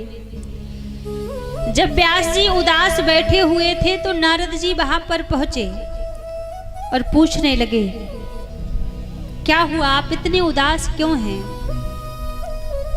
जैसे कहा कि आप इतने उदास क्यों हैं, तब व्यास जी कहने लगे कि मैंने इतने ग्रंथों को लिखा है, इतने पुराणों को लिखा है, लेकिन फिर भी मेरे मन में शांति नहीं है। मैं ऐसा क्या करूं जिसको करने से मेरे मन में शांति आ जाए। और जैसे कहा कि मेरे मन में शांति आ जाए, उसी समय नारद जी कहने लगे, आपने जो वेद लिखे हैं, जो ग्रंथ लिखे हैं, बड़े बड़े विद्वानों के लिए लिखे हैं, लेकिन जब तक आप इन वेदों के सार को प्रकट नहीं करोगे तब तक आपके मन में शांति नहीं आएगी। व्यास जी बोले, हम कैसे इन वेदों के सार को प्रकट करें। तब नारद जी ने कहा कि मेरे पिता ब्रह्मा ने मुझे चतुर्श्लोकी भागवत सुनाई है, और वही चतुर्श्लोकी भागवत मैं आपको सुना देता हूं। उसी चतुर्श्लोकी भागवत से आप भागवत का निर्माण कीजिए। नारद जी ने चतुर्श्लोकी भागवत श्रवण कराई व्यास जी को, और उन 4 श्लोकों से व्यास जी महाराज ने 18,000 श्लोकों का निर्माण किया। और 18,000 श्लोकों का जब निर्माण किया और श्रीमद् भागवत कथा का निर्माण कर दिया, जब भागवत का निर्माण कर दिया तो मन में प्रश्न आया कि इस कथा को सबसे पहले पढ़ने का अधिकारी कौन है। और जब मन में प्रश्न आया तो एक ही बात इनके मन में आई कि इस कथा को प्रथम पढ़ने का अधिकारी तो वही है जिसने अपने जीवन से काम क्रोध को जीत रखा हो। और ऐसा कौन है इस संसार में? ऐसा तो केवल मात्र मेरा पुत्र सुखदेव ही है, जो जन्म लेने के तुरंत बाद ही वन में जाकर भगवान का ध्यान करने लगे। पर सुखदेव जी को कैसे बुलाया जाए? व्यास जी ने अपने छोटे छोटे शिष्यों को बुलाया और भागवत का आधा श्लोक याद करवा दिया, जिसमें भगवान की सुंदरता का वर्णन है। और आज वो छोटे छोटे बालक आकर जहाँ पर सुखदेव जी महाराज ध्यान में बैठे हैं, वहाँ पर आकर भगवान की सुंदरता का वर्णन करने लगे। बरहा पीड़म नटवर बपू कर्णियों कर्णिकारम विविद्रवासम कनक कपिसम बैजयंती चामालाम। और जैसे ही भगवान की सुंदरता का वर्णन करने लगे, सुखदेव जी के नेत्र खुले कि इतना सुंदर कौन हो सकता है। नेत्र खुले और तुरंत पूछने लगे, भगवान आगे सुनाइए। और जैसी कहा कि आगे सुनाइए, तो वो छोटे छोटे बालक बोले, महाराज हमें तो इतना ही आता है, यदि आगे सुनना है, आगे जानना है तो अपने पिताजी के पास जाइए।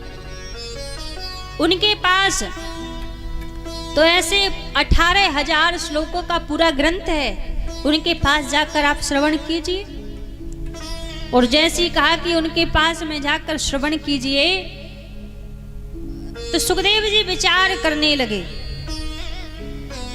कि सुंदर तो बहुत है, लेकिन पता नहीं इनका स्वभाव कैसा होगा।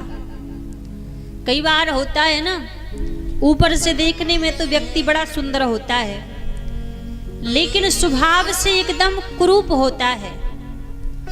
तो सुखदेव जी ने सोचा कि सुंदर तो बहुत है, लेकिन पता नहीं स्वभाव कैसा होगा। जब स्वभाव तो जानते नहीं तो दोबारा फिर ध्यान में बैठ गए। और जब दोबारा फिर ध्यान में बैठे, अब व्यास जी ने उन छोटे छोटे बच्चों को भगवान की करुणा का वर्णन श्रवण कराया। वही बालक जहाँ पर सुखदेव जी बैठे थे, वहीं पर आकर भगवान की करुणा का वर्णन करने लगे। जो पूतना अपने स्तनों में विष लगाकर भगवान को मारने के लिए आई थी, भगवान ने उस पूतना को अपनी माता देवकी से पहले, अपनी माता यशोदा से पहले माता की गति प्रदान करा दी। और जैसे ही वर्णन किया, सुखदेव जी तुरंत ध्यान से उठे, फिर बोले, भैया आगे सुनाओ। अब जैसी कहा कि आगे सुनाओ, वो छोटे छोटे बालक बोले, महाराज हमें तो इतना ही आता है, आगे सुनना है तो पिताजी के पास जाओ अपने।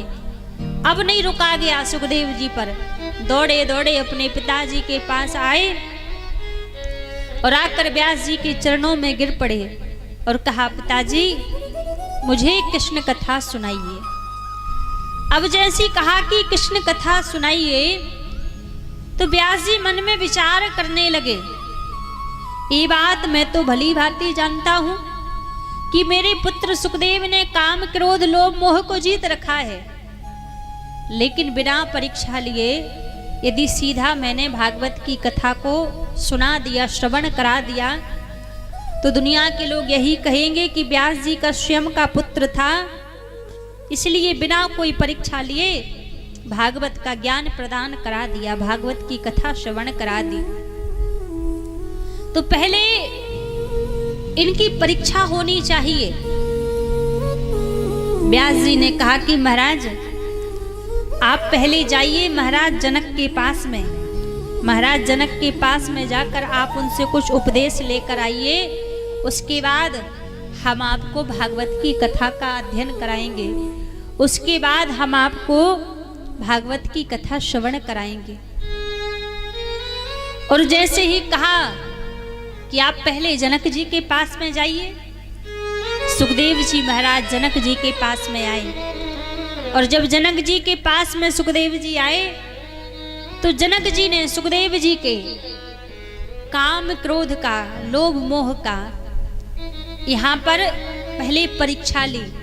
और जब परीक्षा ली तो देखा कि सुखदेव जी के अंदर ना ही काम वासना है, ना ही किसी भी प्रकार का क्रोध सुखदेव जी के अंदर है। और जब ऐसा शांत स्वभाव महाराज जनक ने देखा, तो महाराज जनक बोले कि क्षमा कीजिएगा, मेरे अंदर वो सामर्थ्य नहीं था कि मैं आपकी परीक्षा लूं, लेकिन आपके पिताजी के कहने पर हमने आपकी परीक्षा ली है। आप जाइए अपने पिताजी के पास में जाइए।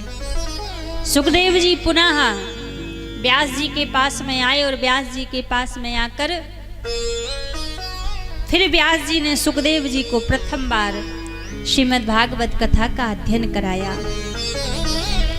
और प्रथम बार जब सुखदेव जी ने भागवत जी का अध्ययन किया, भागवत जी को पढ़ा और भागवत जी को पढ़ के पुनः फिर जंगल में आकर, वन में आकर फिर भगवान का ध्यान करने लगे, फिर भगवान के ध्यान मग्न होकर बैठ गए। सुखदेव जी वन में पुनः जाके ध्यान में बैठ गए। और आज कुछ ही देर में हम आप सभी के बीच में बड़ी सुंदर भगवान शंकर की झांकी का हम आप सभी दर्शन करेंगे। भगवान भोलेनाथ की झांकी हम सबके बीच में आएगी और हम सभी को भगवान भोलेनाथ की सुंदर छवि का, उस झांकी का दर्शन करने का सुंदर सौभाग्य यहाँ पर प्राप्त होगा। आज कथा का द्वितीय दिवस था। द्वितीय दिवस की पावन कथा हम आप सभी ने श्रवण की। कल कथा का तृतीय दिवस है। कल भी भगवान के अनेकों चरित्रों को, अनेकों लीलाओं को हम आप सभी यहाँ पर श्रवण करेंगे। कहते हैं ये जो सुख का समय होता है, एक कब बीत जाता है किसी को पता नहीं चलता, क्योंकि सुख का समय जाने में देरी नहीं लगती, दुख का समय बड़ा रुक रुक के जाता है। तो ये सुख का समय है, 2 दिन बीत गए, 5 दिन और बचे हैं, कब बीत जाएंगे पता नहीं लगेगा। तो 5 दिन और आप सबके बीच में हैं। जितना हो सके आप भगवान की पावन कथा को श्रवण कीजिए, कथा का आनंद लीजिए। फिर ना जाने कब भगवान की ऐसी कृपा हुई कि कब आपको फिर एक कथा दोबारा सुनने के लिए मिलेगी, श्रवण करने के लिए मिलेगी।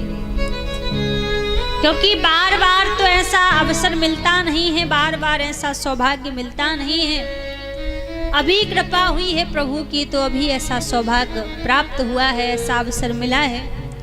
और आप सभी तो यहाँ पर कथा को श्रवण कर ही रहे हैं। और एक कथा हमारे YouTube चैनल पर भी लाइव चल रही है। तो YouTube के द्वारा भी अपने अपने घरों में बैठे कई भक्त इस कथा को सुन रहे हैं, श्रवण कर रहे हैं। कई भक्त तो ऐसे हैं जो निरंतर कथा से जुड़े रहते हैं और निरंतर कथा को श्रवण करते रहते हैं। तो आप भी इस कथा को तो सुन रहे हैं और अपने इष्ट मित्र, अपने रिश्तेदारों को आप अपने घर बैठकर भी इस कथा को आप उनको शेयर कर सकते हैं। ताकि वो भी अपने घर बैठकर इस कथा का आनंद लें। जैसे आप यहाँ पर कथा का आनंद ले रहे हैं, वैसे आपके जितने भी सखा हैं, यार दोस्त हैं, जितने भी आपके रिश्तेदार हैं, उनको भी आप एक कथा भेजें ताकि वो भी घर बैठकर इस कथा को श्रवण कर सके, कथा का आनंद ले सके। तो कुछ ही देर में हम सभी के बीच में बड़ी सुंदर भगवान शंकर की झांकी आएगी। भगवान शंकर की उस दिव्य झांकी का दर्शन करने का हम आप सभी को यहाँ पर सौभाग्य प्राप्त होगा। भगवान महादेव की पावन झांकी, पावन दर्शन हम सभी को आज यहाँ पर प्राप्त होंगे। और कल बड़ी सुंदर हम आप सभी यहाँ पर भगवान की नरसिंह लीला का यहाँ पर दर्शन करेंगे। कल भगवान की और जो माताएं खड़ी हुई हैं बैठ जाएं, थोड़ा थोड़ा पीछे होकर सभी बैठ जाएं। जो माताएं खड़ी हैं सभी लोग बैठ जाएं, खड़ा नहीं होना है किसी को। थोड़ा थोड़ा सा यहाँ से पीछे होकर सभी माताएं बैठ जाएं और बैठकर ही सभी भगवान भोलेनाथ का आज यहाँ पर दर्शन करेंगे। तो सभी बैठ जाएं, जो माताएं भी यहाँ पर खड़ी हैं। और कुछ ही क्षणों में बस हम सबके बीच में भगवान शंकर की बड़ी सुंदर झांकी आ रही है। तो आइए 2 मिनट सभी भगवान भोलेनाथ का नाम गाते हुए भगवान शंकर का स्वागत करेंगे। बोलिए शंकर भगवान की जय हो, काशी विश्वनाथ की जय हो। हम सभी के बीच में भगवान शंकर का आगमन हो रहा है। सभी भगवान भोलेनाथ के पावन नाम को गाते हुए प्रभु का आज यहाँ पर दर्शन करेंगे और भगवान का सुंदर शिव तांडव का भी आज यहाँ पर दर्शन करने का हम सभी को सौभाग्य मिलेगा, अवसर मिलेगा।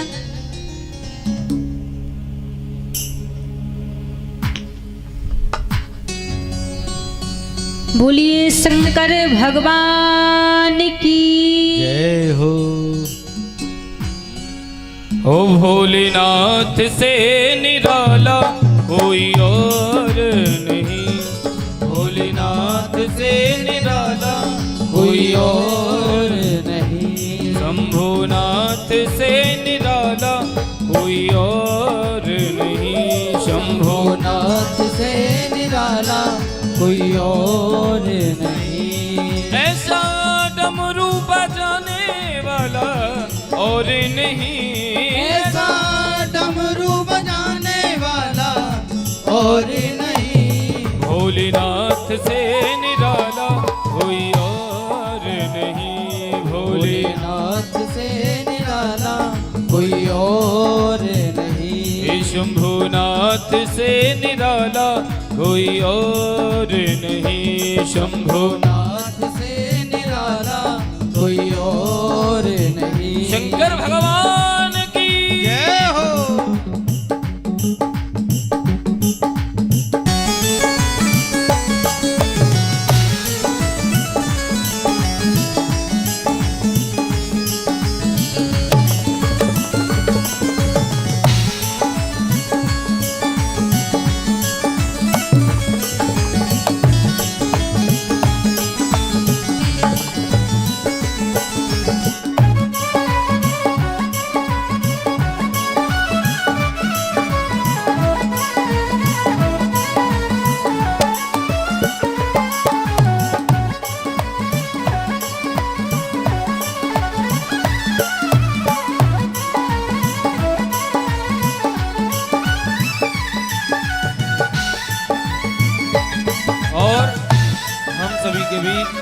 भगवान भोलेनाथ पधार चुके हैं। एक बार सभी प्रेम से हर हर महादेव, हर हर महादेव। शंकर भगवान की जय हो।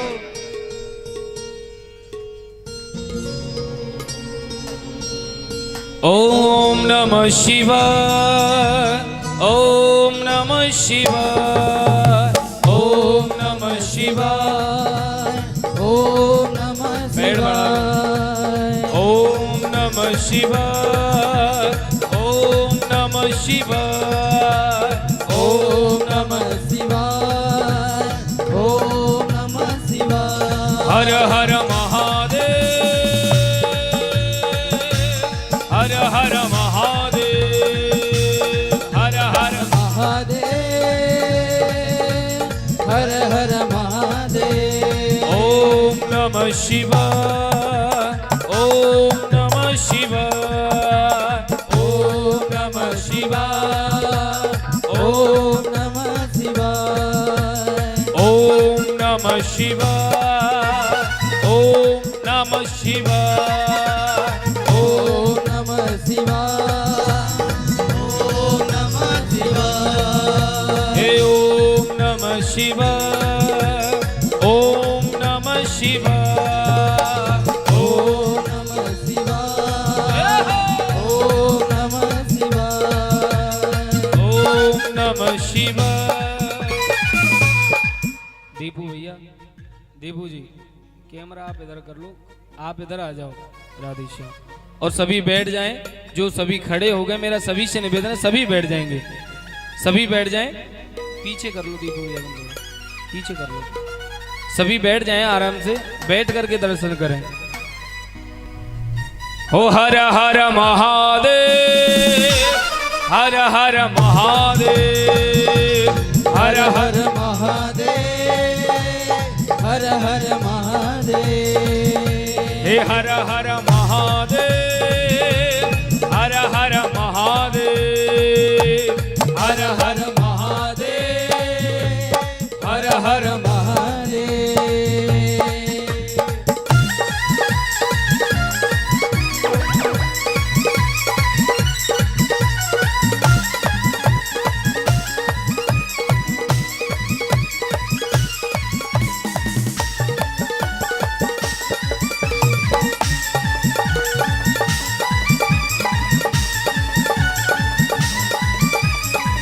होरी खेले मशाने में, होरी खेले मसाने में, होरी खेले मशाने में।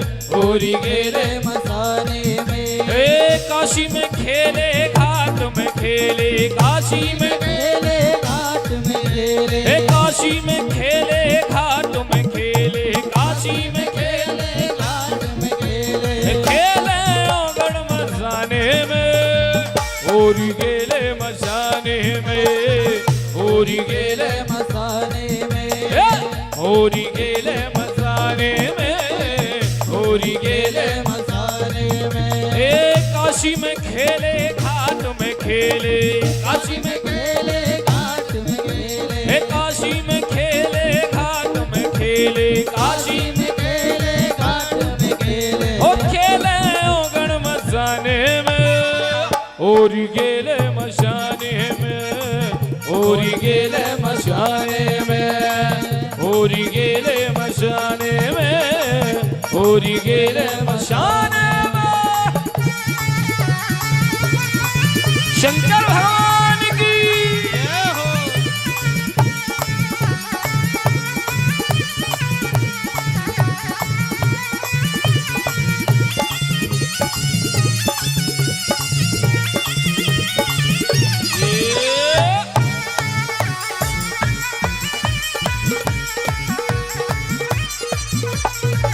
मन में भस्म लगाए शंकर, देश बड़ा अड़भंगा है।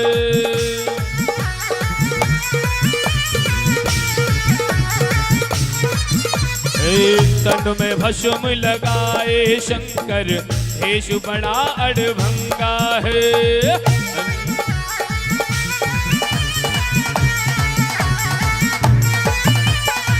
माथे पर चंद्रमा विराजे, जटा में सोहे गंगा है, जटा में सोहे गंगा है।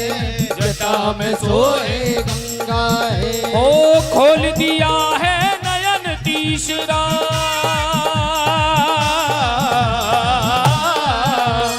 खोल दिया है नयन तीसरा, कामदेव को जलावे रे। होरी गेले मसाने में, होरी गेले मसाने में। होरी गेले मसाने में, होरी गेले मसाने में।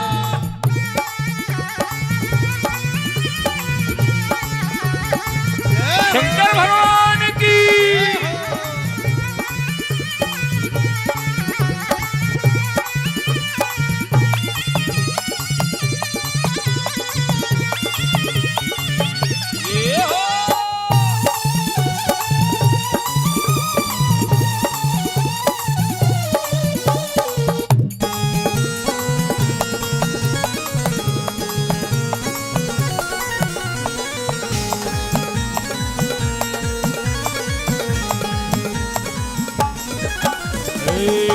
भंगिया पीवे भोला शंकर धतूरा तो ये खावे रे।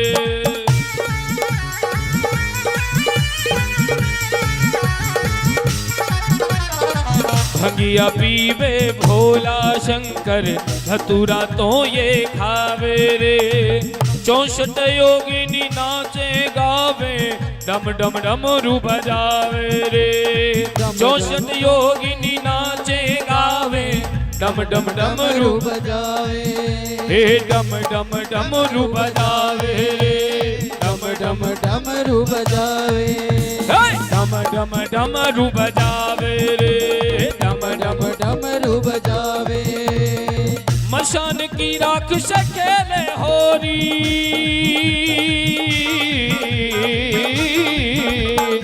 मशान की राख से खेले होरी। धूम मचावे मशाने में, होरी खेले मशाने में, होरी खेले मशाने में, होरी खेले मशाने में, होरी खेले मशाने में।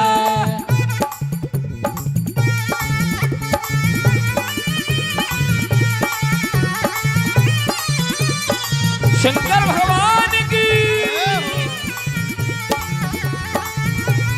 जय हो।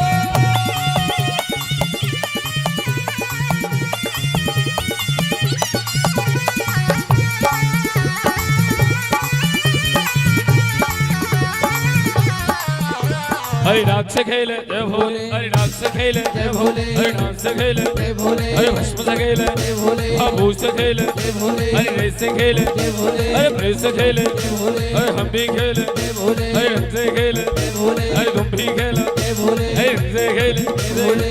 होरी गेले मसाने में, होरी गेले मसाने में, होरी गेले मसाने में, होरी गेले मसाने में, होरी खेले मशाने में, होरी खेले मशाने में, होरी खेले मसाने में, होरी मेरे मसाने में। भूत प्रेत परिवार नाचे गोजर बिच्छू कीरा रे।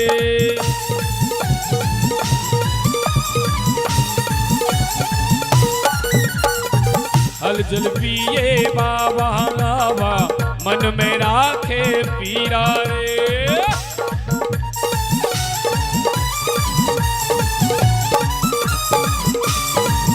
ओ गल में मुंडे माल लपेटे, गल में मुंडे माल लपेटे, गल में मुंडे माल लपेटे, और दीवान संग मसाने में, ओरी गेले मसाने में, ओरी गेले मशाने में, ओरी गेले मशाने में, ओरी गेले मसाने में। एक बार सभी दोनों हाथ रखे ताली बजाएंगे, सभी दोनों हाथ रखे। ओम नमः शिवाय, ओम नमः शिवाय, ओम नमः शिवाय, ओम नमः शिवाय, हे ओम नमः शिवाय, ओम नमः शिवाय, ओम नमः शिवाय, ओम नमः शिवाय। नमः पार्वती पतये हर हर महादेव। शंभु आचार्य जी पूजन कराएंगे। सबसे पहले हमारे शंभु गुप्ता जी भगवान भोलेनाथ का यजमान हमारे धर्मपत्नी के साथ में भगवान भोलेनाथ का पूजन करेंगे।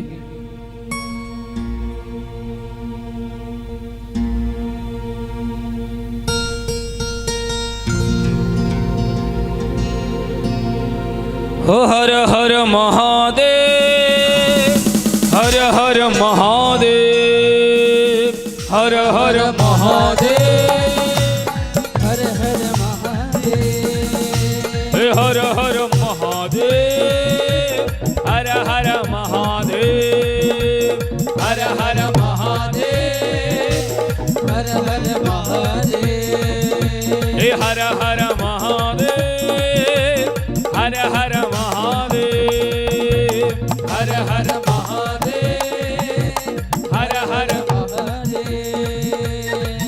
और सर्वप्रथम हमारे मुख्य यजमान भगवान भोलेनाथ का पूजन कर रहे हैं।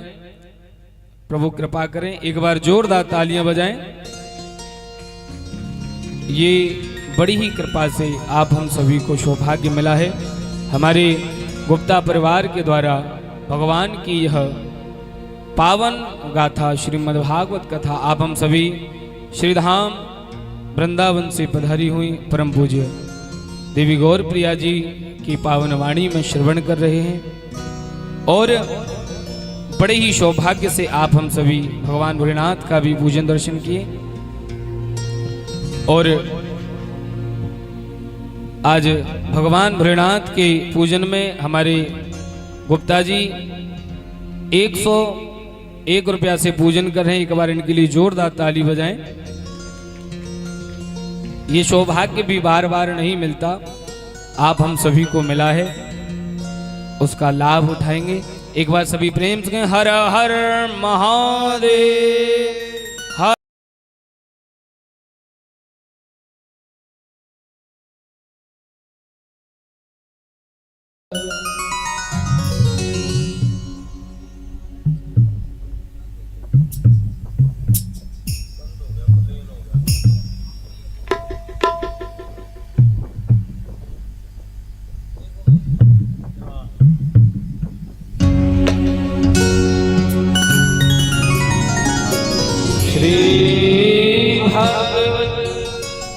भगवान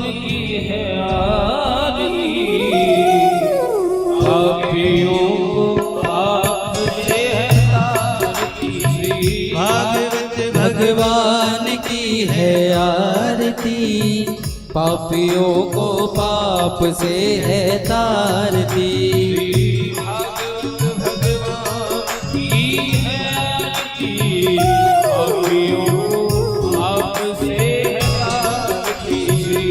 भागवत भगवान की है आरती, पापियों को पाप से है तारती। पापियों को पाप से है तारती, पापियों को पाप से है तारती।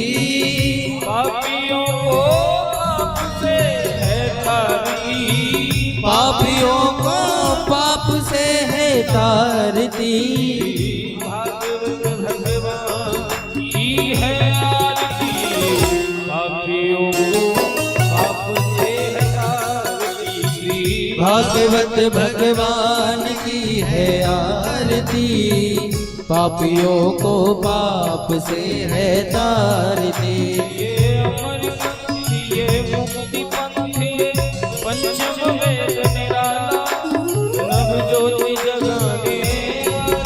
ये अमर ग्रंथ, ये मुक्ति पंथ, ये पंचम वेद निराला, नव ज्योति जगाने वाला। ये अमर ग्रंथ, ये मुक्ति पंथ, ये पंचम वेद निराला, नव ज्योति जगाने वाला। ये अमर ग्रंथ, ये मुक्ति पंथ, ये पंचम वेद निराला, नव ज्योति जगाने वाला। हरि नाम यही, हरि नाम यही, हरि नाम यही, हरि नाम यही, हरि नाम यही, हरि नाम यही, हरि धाम यही। जग के मंगल की आरती, पापियों को पाप से है तारती। भागवत भगवान की है आरती, पापियों को पाप से है तारती। ये शांति गीत पावन पुनीत, पापों को मिटाने वाला, हरि दर्श कराने वाला। ये शांति गीत पावन पुनीत, पापों को मिटाने वाला, हरि दर्श कराने वाला। ये शांति गीत पावन पुनीत, पापों को मिटाने वाला, हरि दर्श कराने वाला। ये शांति गीत पावन पुनीत, पापों को मिटाने वाला, हरि दर्श कराने वाला। ये सुख कर ये सुख करनी ये दुख हरनी श्री मधुसूदन की आरती पापियों को पाप से हटाती। भागवत भगवान की है आरती पापियों को पाप से है तारती। श्री भागवत भगवान की है आरती पापियों को पाप से है तारती। श्री भागवत भगवान की है आरती पापियों को पाप से है तारती। ये मधुर बोल जब पंथ खोल सदमार्ग बताने वाला बिगड़ी को बनाने वाला। ये मधुर बोल जगपथ खोल सदमार्ग दिखाने वाला बिगड़ी को बनाने वाला। ये मधुर बोल जब पंथ खोल सदमार्ग बताने वाला बिगड़ी को बनाने वाला। ये मधुर बोल जगपथ खोल सदमार्ग दिखाने वाला बिगड़ी को बनाने वाला। श्री राम यही घनश्याम यही श्री राम यही घनश्याम यही घनश्याम यही मेरे राम यही घनश्याम यही मेरे राम यही। प्रभु महिमा की है आरती पापियों को पाप से है तारती। भागवत भगवान की है आरती पापियों को पाप से है तारती। कर्पूर गौर करुणावतारम संसार सारम भुजगेन्द्रहारम सदा वसंतम हृदयारविंदे भवं भवानी सहितं नमामि। त्वमेव माता पिता त्वमेव बन्धु सखा त्वमेव वेद्या द्रविडं त्वमेव शर्वं मम देव देव मम देव देव मम देव। बोले भक्तों श्री भगवान की जय भगवत महापुराण की जय।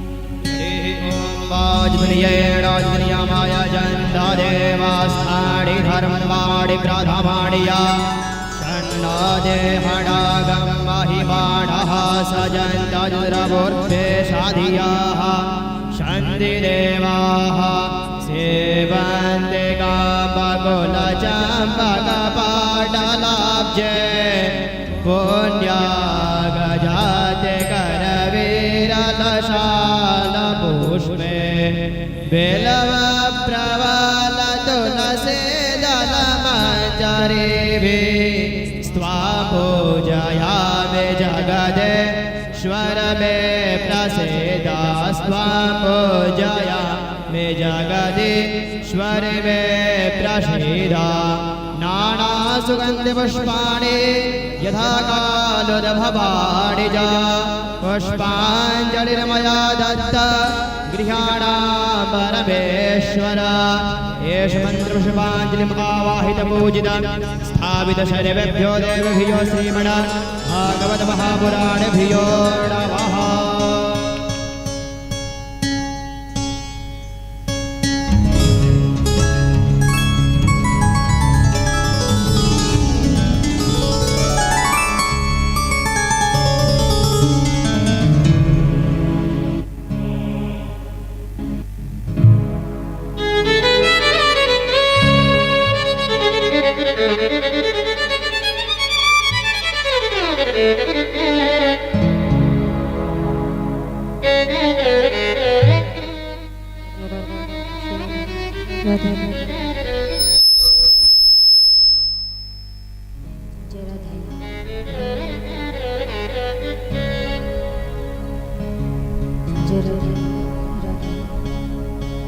श्री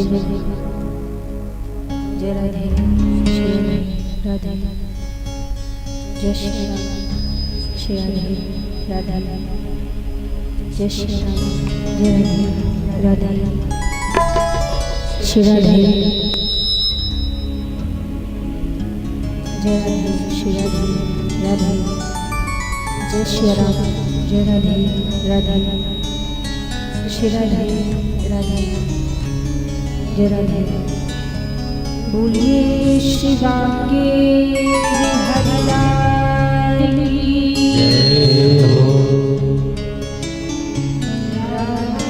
रानी सरकार की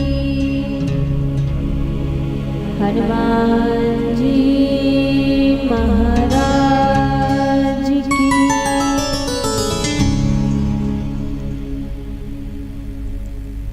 श्री राधे राधे जय राधे जय श्री राम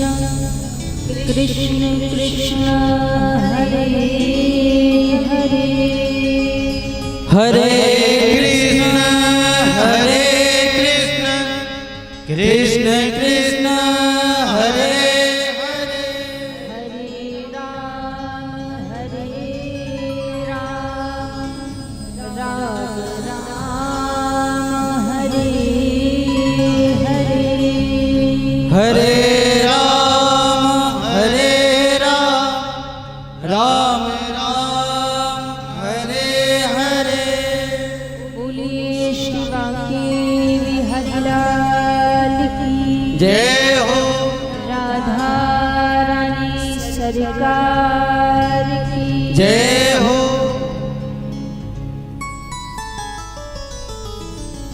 आइए सभी भक्तजन आज की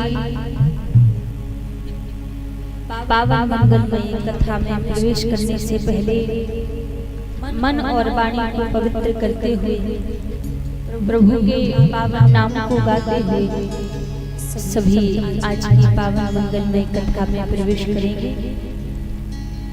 सभी बड़े भाव और प्रेम से मिलकर प्रभु के पावन नाम को गाएंगे।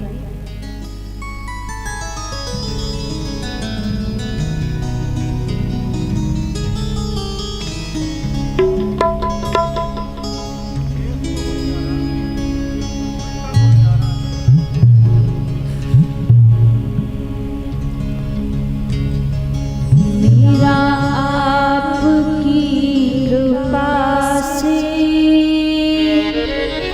सब काम हो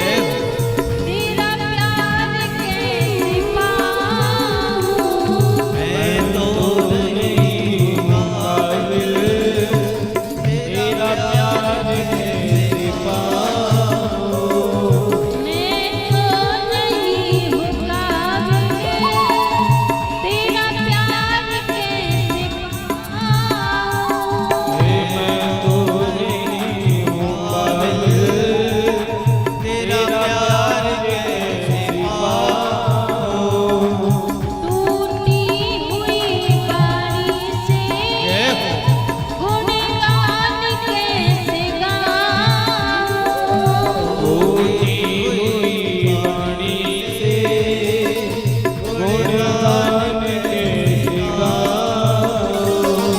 तेरी प्रेरणा से ही सब, तेरी प्रेरणा से ही सब एक कमाल हो रहा है। मेरा आपकी कृपा से सब काम हो रहा है।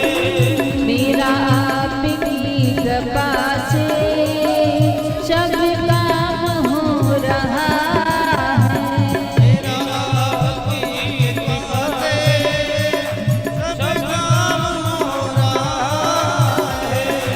करते हो तुम कन्हैया, मेरा नाम हो रहा है। करते हो तुम कन्हैया, मेरा नाम हो रहा है। मेरा आपकी कृपा से सब काम हो रहा है। मेरा आपकी कृपा से सब काम हो रहा है। मेरा आपकी कृपा से सब काम हो रहा है। आपकी कृपा से सब काम हो रहा है। मेरा आपकी कृपा से सब काम हो रहा है। सब काम हो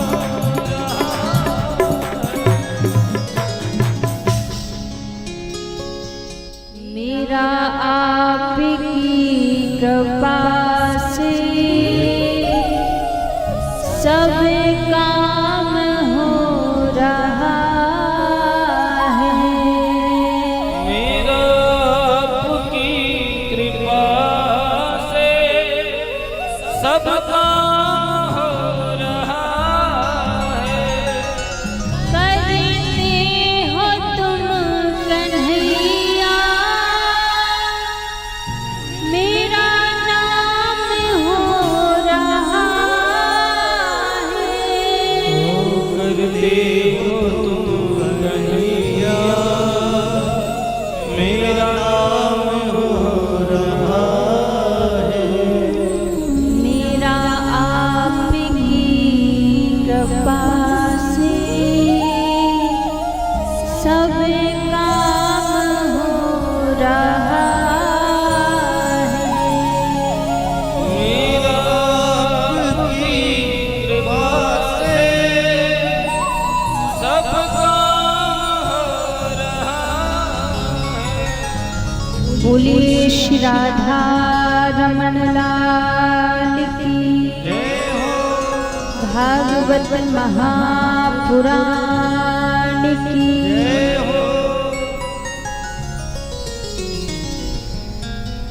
आइए सर्वप्रथम मेरे परम आराध्य अकारण करुणा वरुणालय अनंत कोटि कल्पित रूपी ताम्रधारी श्री राधा रमन लाल जी के पावन चरणों में प्रणाम करते हुए अनंत बलवंत संत श्री हनुमंत लाल जी महाराज के चरणों में प्रणाम करते हुए सभी संत समाज, विप्र समाज, विद्युत समाज, कथा में उपस्थित सभी भक्तजनों के हृदय में विराजित मेरे लोक लोचन सावरे सरकार के श्री चरणों में व्यासपीठ की ओर से वंदन प्रणाम करते हुए आज द्वितीय दिवस की पावन कथा में सभी प्रवेश करेंगे। कल हम आप सभी ने श्रीमद् भागवत कथा के महत्व को श्रवण किया, महत्व की कथा को सुना। जो कथा सुनने का सौभाग्य हम सभी को मिल रहा है, ये भागवत की कथा को सुनने का सौभाग्य स्वर्ग में देवी देवताओं को भी नहीं मिलता।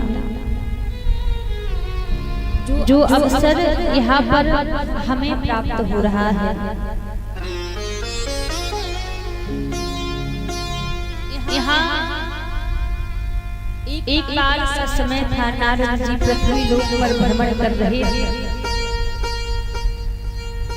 नारद जी सोचकर आए थे, पृथ्वी को सर्वश्रेष्ठ मानकर सृष्टि पर भ्रमण करने के लिए आए थे।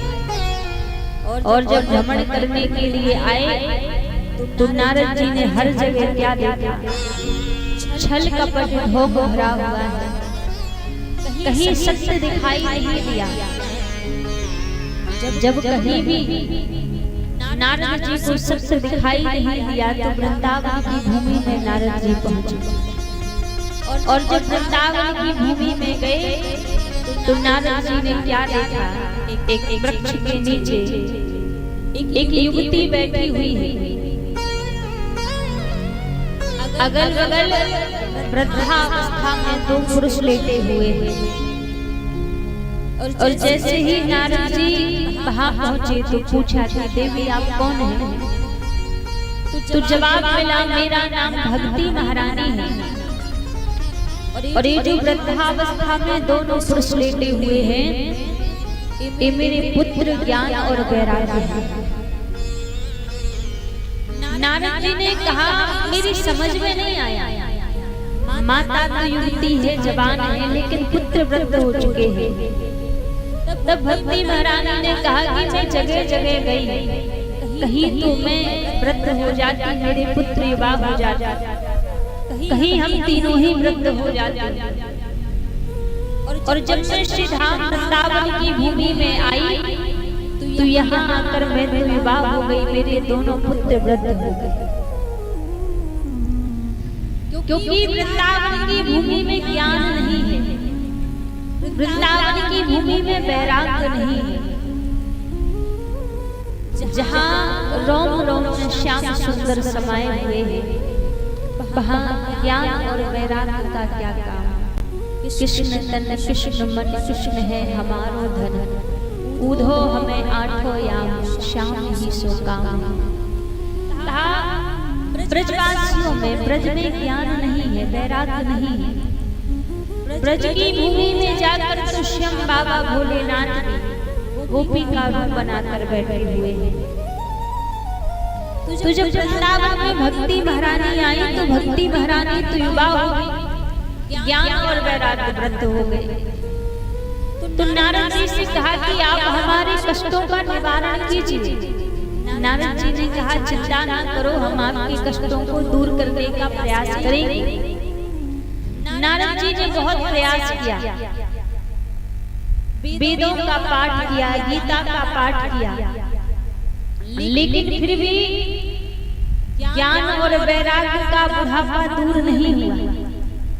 और जब ज्ञान और वैराग्य का बुढ़ापा दूर नहीं हुआ तब महाराज आकाशवाणी हुई कि अरे नारद, यदि आप ज्ञान और वैराग्य का बुढ़ापा दूर करना चाहते हैं तो कोई सत्कर्म कीजिए।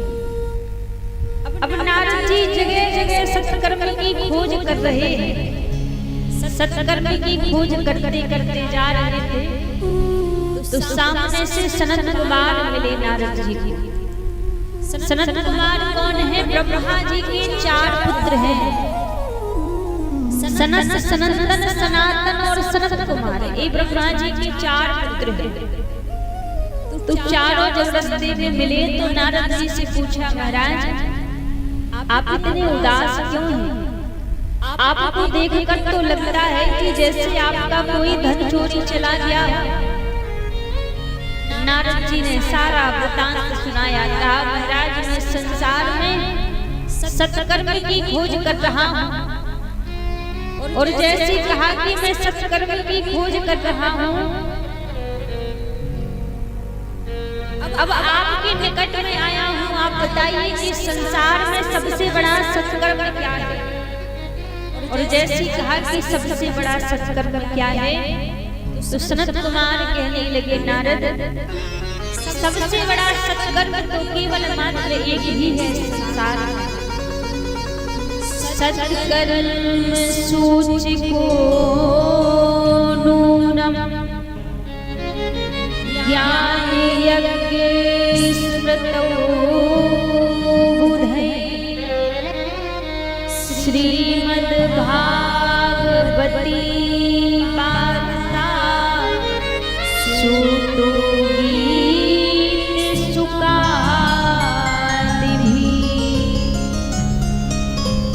सनत कुमार कहने लगे, नारद, संसार में तो सबसे बड़ा सत्कर्म एक ही है, आप श्रीमद् भागवत की कथा सुनाइए।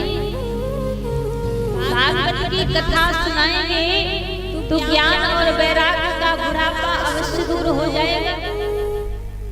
और जैसे ही कहा महाराज, तो नारद जी पूछने लगे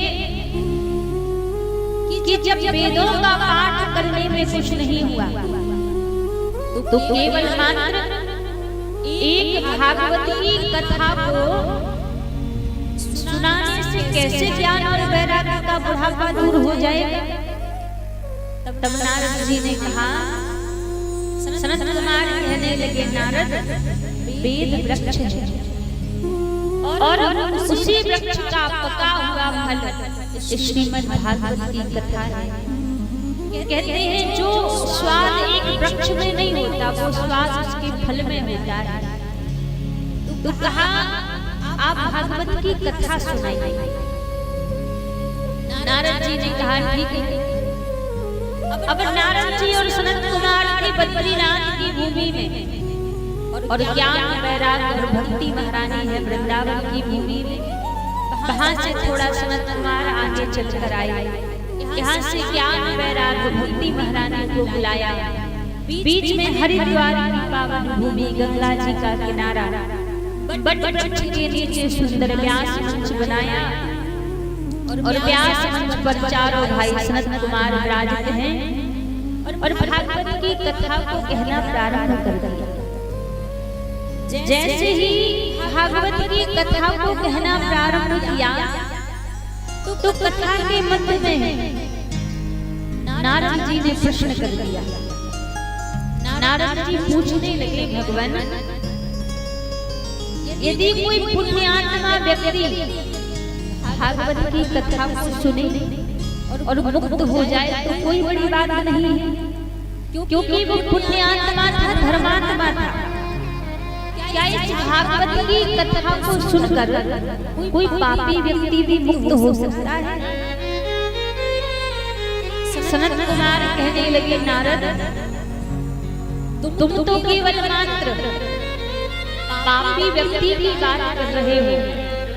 मैं तो यहाँ तक कहता हूँ कि जिस व्यक्ति ने जीवन पर्यंत कोई अच्छा काम न किया हो, काम क्रोध की अग्नि में जलता रहा हो, ऐसा व्यक्ति भी मरने के बाद प्रेत बन जाए और प्रेत बनकर भी यदि भागवत की कथा को श्रवण कर ले तो ऐसा व्यक्ति भी मुक्त हो जाता है।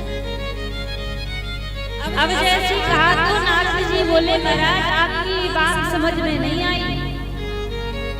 कोई जिंदा व्यक्ति भागवत की कथा सुने तब तो बात अलग है। कोई भूत प्रेत कैसे भागवत की कथा सुन सकता है? एक कथा का हमें विस्तार से श्रवण कराइए। तब सनत कुमार कहने लगे, नारद, एक आत्मदेव नाम के ब्राह्मण जिनकी पत्नी का नाम धुंधली देवी। अब आत्मदेव जी तो बड़े ही ज्ञानी थे, बड़े ही विद्वान, लेकिन इनकी पत्नी कोई भी सद्गुण नहीं था इनके अंदर।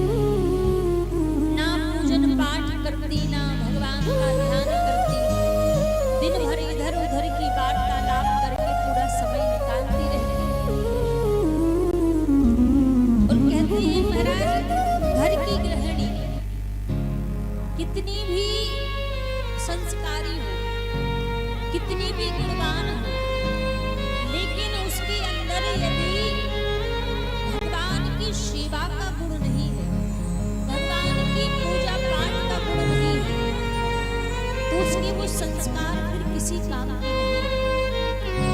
क्योंकि वास्तव में घर की गृहिणी वही होती है जो ज़्यादा नहीं तो कम से कम सुबह और शाम को तो अपने घर में भगवान की संध्या बेला करे, पूजन अर्चन करे।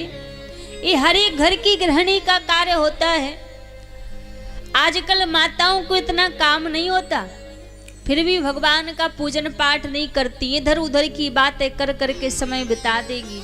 आज के समय में तो 2-2 घंटा मोबाइल पे निकाल देगी, पर 5 मिनट भगवान के सामने नहीं बैठेंगी। तो वो सच्ची गृहिणी नहीं है, वो कभी अपने कुल का, अपने घर का उद्धार नहीं कर सकती।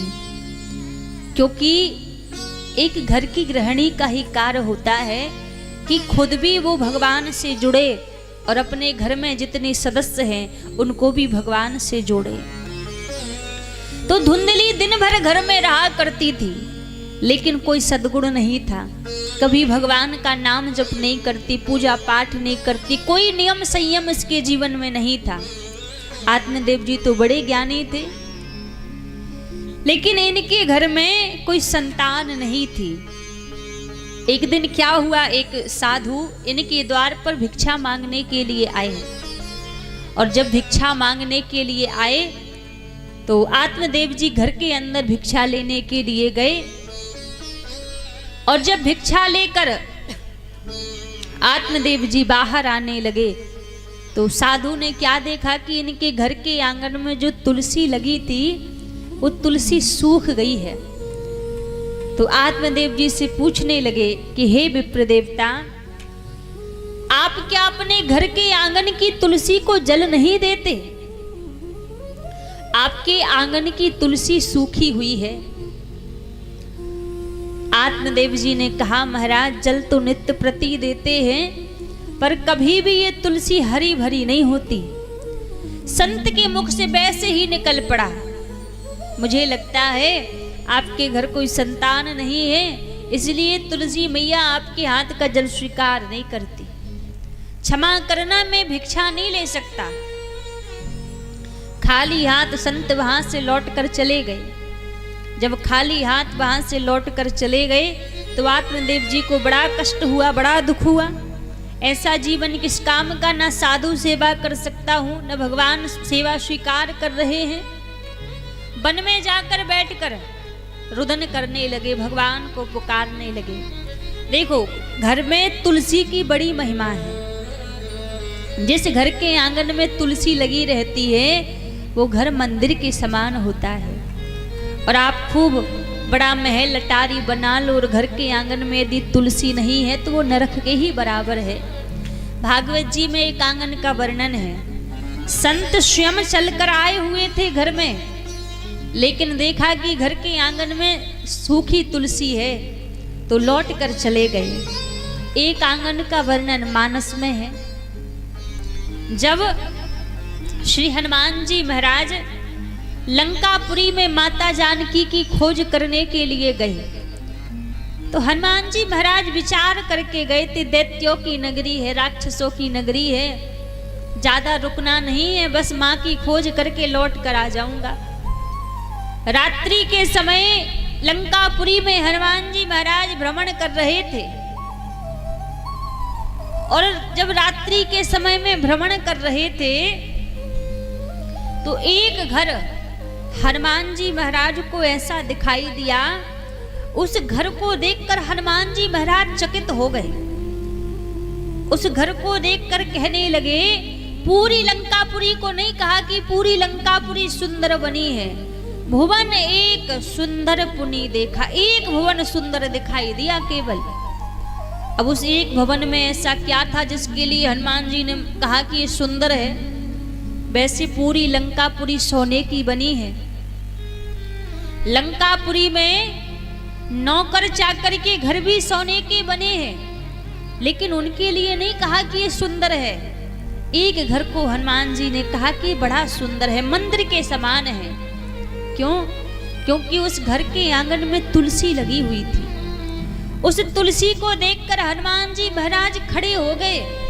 अब मन ही मन विचार करने लगे, ये तो दैत्यों की नगरी है, ये तो राक्षसों की नगरी है, और इस राक्षसों की नगरी में ऐसा कौन सा सज्जन आ गया जिसके घर के आंगन में तुलसी लगी हुई है। खड़े होकर मन ही मन विचार कर रहे थे। इतने में क्या हुआ, भोर की बेला हो गई थी। तो वो घर किसका था? विभीषण जी का घर था। और विभीषण जी राम राम कही, राम कही, राम राम कहते हुए विभीषण जी महाराज जाग उठे। तब हनुमान जी को लगा कि हाँ, ये तो सच में किसी भक्त का घर है, किसी वैष्णव का घर है। तो यहाँ पर हनुमान जी महाराज गए नहीं थे, रास्ते से जा रहे थे। लेकिन घर के आंगन में जब तुलसी लगी देखी तो तुलसी को देखकर हनुमान जी खड़े हो गए। तो तुलसी की बड़ी महिमा है महाराज। जिसके घर के आंगन में तुलसी होती है, ऐसा कहा जाता है उस घर के आंगन में कभी यम के दूत नहीं आते। उस घर से कोई व्यक्ति जब विदा लेता है तो भगवान के पार्षद ही उसको लेने के लिए आते हैं। इसलिए हर एक सनातनी के घर में तो तुलसी मैया होनी ही चाहिए। पहले के समय में किसी भक्त के घर की पहचान कैसे होती थी? घर के आंगन में तुलसी लगी रहती थी। कहीं कहीं गांव में तो आज भी देखने को मिलता है, सबसे पहले घर के द्वार पर गौ माता खड़ी रहती है। थोड़ा सा अंदर चले जाओ तो घर के आंगन में तुलसी मैया लगी रहती हैं। और घर के द्वार पर पहले के लोग क्या करते थे? घर के मुख्य द्वार पर कोई भगवान का नाम लिखवाता, कोई गायत्री मंत्र लिखवाता, कोई 12 अक्षर मंत्र लिखवाता, कोई मानस की चौपाइयां लिखवाया करता था। क्यों? क्योंकि आने जाने वाला व्यक्ति जब भी उस घर की ओर देखेगा, जितनी बार उस चौपाई का उस मंत्र को वो देखेगा तो उतनी बार भगवान का स्मरण आएगा। तो इससे पहचान होती थी कि किसी भक्त का घर है, किसी वैष्णव का घर है। आजकल तो ऐसा होता नहीं। आजकल लोग घर बनवाते हैं तो भगवान का नाम नहीं लिखते, खुद का नाम लिखते हैं। घर बड़ा सुंदर बनवाया है, लिखेंगे तिवारी भवन, शुक्ला भवन। अब अच्छा एक चीज बताइए, आपने घर के सामने अपना नाम लिख लिया और घर के सामने अपना नाम लिखने से क्या मिल जाता है? कुछ किसी वस्तु की प्राप्ति होती है क्या? आप सोचो, नाम लिखकर हमारी पहचान होगी। ऐसी पहचान को पाकर क्या करोगे जिस पहचान का कोई अस्तित्व ही नहीं है? घर के सामने भगवान का नाम लिखना चाहिए। हमारे वृंदावन में आप जाकर देखो, जितने भी घर बने होंगे, किसी भी घर के सामने किसी व्यक्ति मात्र का नाम लिखा नहीं मिलेगा। हर घर के सामने या तो राधा रानी का नाम या ठाकुर जी का नाम। उससे पहचान होती है कि किसी भक्त का घर है, किसी वैष्णव का घर है। इसलिए घर के सामने हमेशा भगवान का नाम लिखना चाहिए। तो महाराज आज हनुमान जी ने जब यहाँ पर देखा कि भले ही राक्षसों की नगरी है और उतनी बड़ी राक्षसों की नगरी में रहने के बाद भी विभीषण जी के घर के मुख्य द्वार पर राम लिखा हुआ था। जब कभी रावण पूछा करता था कि देख, तू भाई मेरा है, मेरे राज्य में रहता है और तूने नाम मेरे शत्रु का लिख रखा है, राम का नाम तूने द्वार पर लिख रखा है। तो विभीषण जी महाराज जवाब क्या देते थे? महाराज, ये राम का नाम नहीं है, ये तो आपका ही नाम है। रावण कहता मेरा नाम तो रावण है, दशानन मेरा नाम है और तूने तो राम लिख रखा है, तो कैसे मेरा नाम हो गया? तब विभीषण जी कहते नाना, ये आपका ही नाम है। आपका जो नाम है रावण, तो आगे का रा, और मेरी भावी माँ का जो नाम है मंदोदरी, उनके नाम के आगे का माँ शब्द लिखकर मैंने यहाँ पर राम लिख रखा है। ये आपके शत्रु का नाम नहीं है, तो आपका ही नाम है। तो लिखने वाले और भगवान के भक्त एक दैत्यों की नगरी में रहकर भी पहचान बता देते हैं कि भगवान के भक्त हैं, वैष्णव है। और ना भक्ति करने वाले केवल बहाने देखते हैं। तो महाराज यहाँ पर घर के आंगन में देखो, तुलसी तो सबके ही होने चाहिए और सबका नियम होना चाहिए। ज्यादा आप पूजा पाठ ना कर सको तो नित्य प्रति 1 लोटा जल तो तुलसी मैया को अवश्य ही देना चाहिए। आज जब आत्मदेव जी के आंगन के घर की तुलसी को सूखा देखा, संत ने तो लौट कर चले गए। आत्मदेव जी वन में बैठे बैठे रो रहे हैं, रुदन कर रहे हैं। तभी वहां से एक महात्मा जी निकले। तो महात्मा जी को लगा दिखने में तो बड़े विद्वान नजर आ रहे हैं, ज्ञानी लग रहे हैं, और इस जंगल में बैठकर रो रहे हैं तो शायद भगवान के लिए रो रहे होंगे। जाकर पूछता हूं। और जाकर पूछने लगे, हे विप्र देवता, आप क्यों रो रहे हैं? आपके रोने का कारण क्या है? आत्मदेव जी कहने लगे, महाराज, अपने पूर्व के जन्म के किए कर्मों के फल को भुगत रहा हूं। संत बोले, साफ साफ बताओ क्या बात है? कहा, मेरे घर कोई संतान नहीं है, मुझे संतान चाहिए, मैं संतान के लिए रो रहा हूं। संत मुस्कुराने लगे, आप दिखने में बड़े ज्ञानी नजर आते हैं, फिर भी मन में एक अज्ञानता की कामना आपने रख रखी है। अरे, यदि इतनी ही संतान के प्रति ममता है, पुत्र के प्रति इतनी ही ममता है, तो भगवान को अपना पुत्र बना लो। आपका स्वयं का पुत्र भले ही एक दिन आपका साथ छोड़ देगा, लेकिन यदि भगवान को अपना पुत्र मान लोगे तो भगवान कभी साथ नहीं छोड़ेंगे, प्रभु कभी साथ नहीं छोड़ेंगे। समझाया, आत्मदेव जी नहीं माने, कहा मुझे तो स्वयं का पुत्र चाहिए। संत कहने लगे, मान लो कि तुम्हारे घर एक पुत्र हो गया, पुत्र होने के बाद कुछ समय जीवित रहा, फिर मृत्यु को प्राप्त कर गया, तो आप कितने दिन रोगे? 2 महीने, 4 महीने, 6 महीने, इससे ज्यादा कोई नहीं रोता। फिर तो विचार कर लेते हैं सबकी किस्मत में नहीं था तो भगवान ने ले लिया, इससे ज्यादा कोई नहीं रोता। लेकिन यदि पुत्र होने के बाद कुपुत्र निकल आया तो 1-2 दिन नहीं, पूरे जीवन भर रुलाएगा। इसलिए पुत्र की कामना त्याग दो।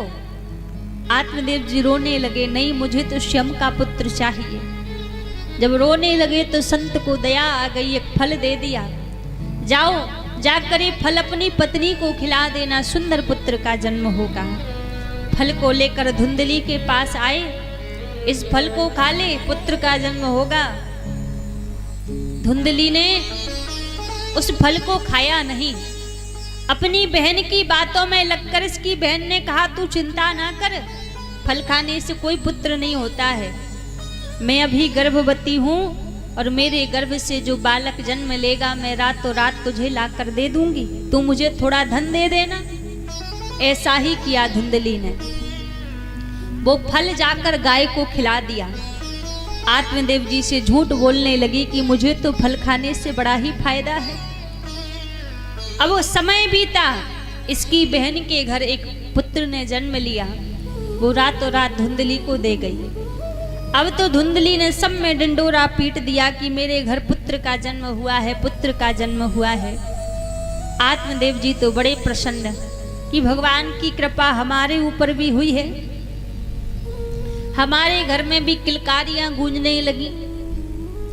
अब लेकिन महाराज, जो फल गाय को खिलाया था वो संत की प्रसादी थी, और संत की प्रसादी कभी मिथ्या नहीं जाती। जो फल गाय ने खाया था, कुछ समय बाद उस गाय ने भी एक बालक को जन्म दिया।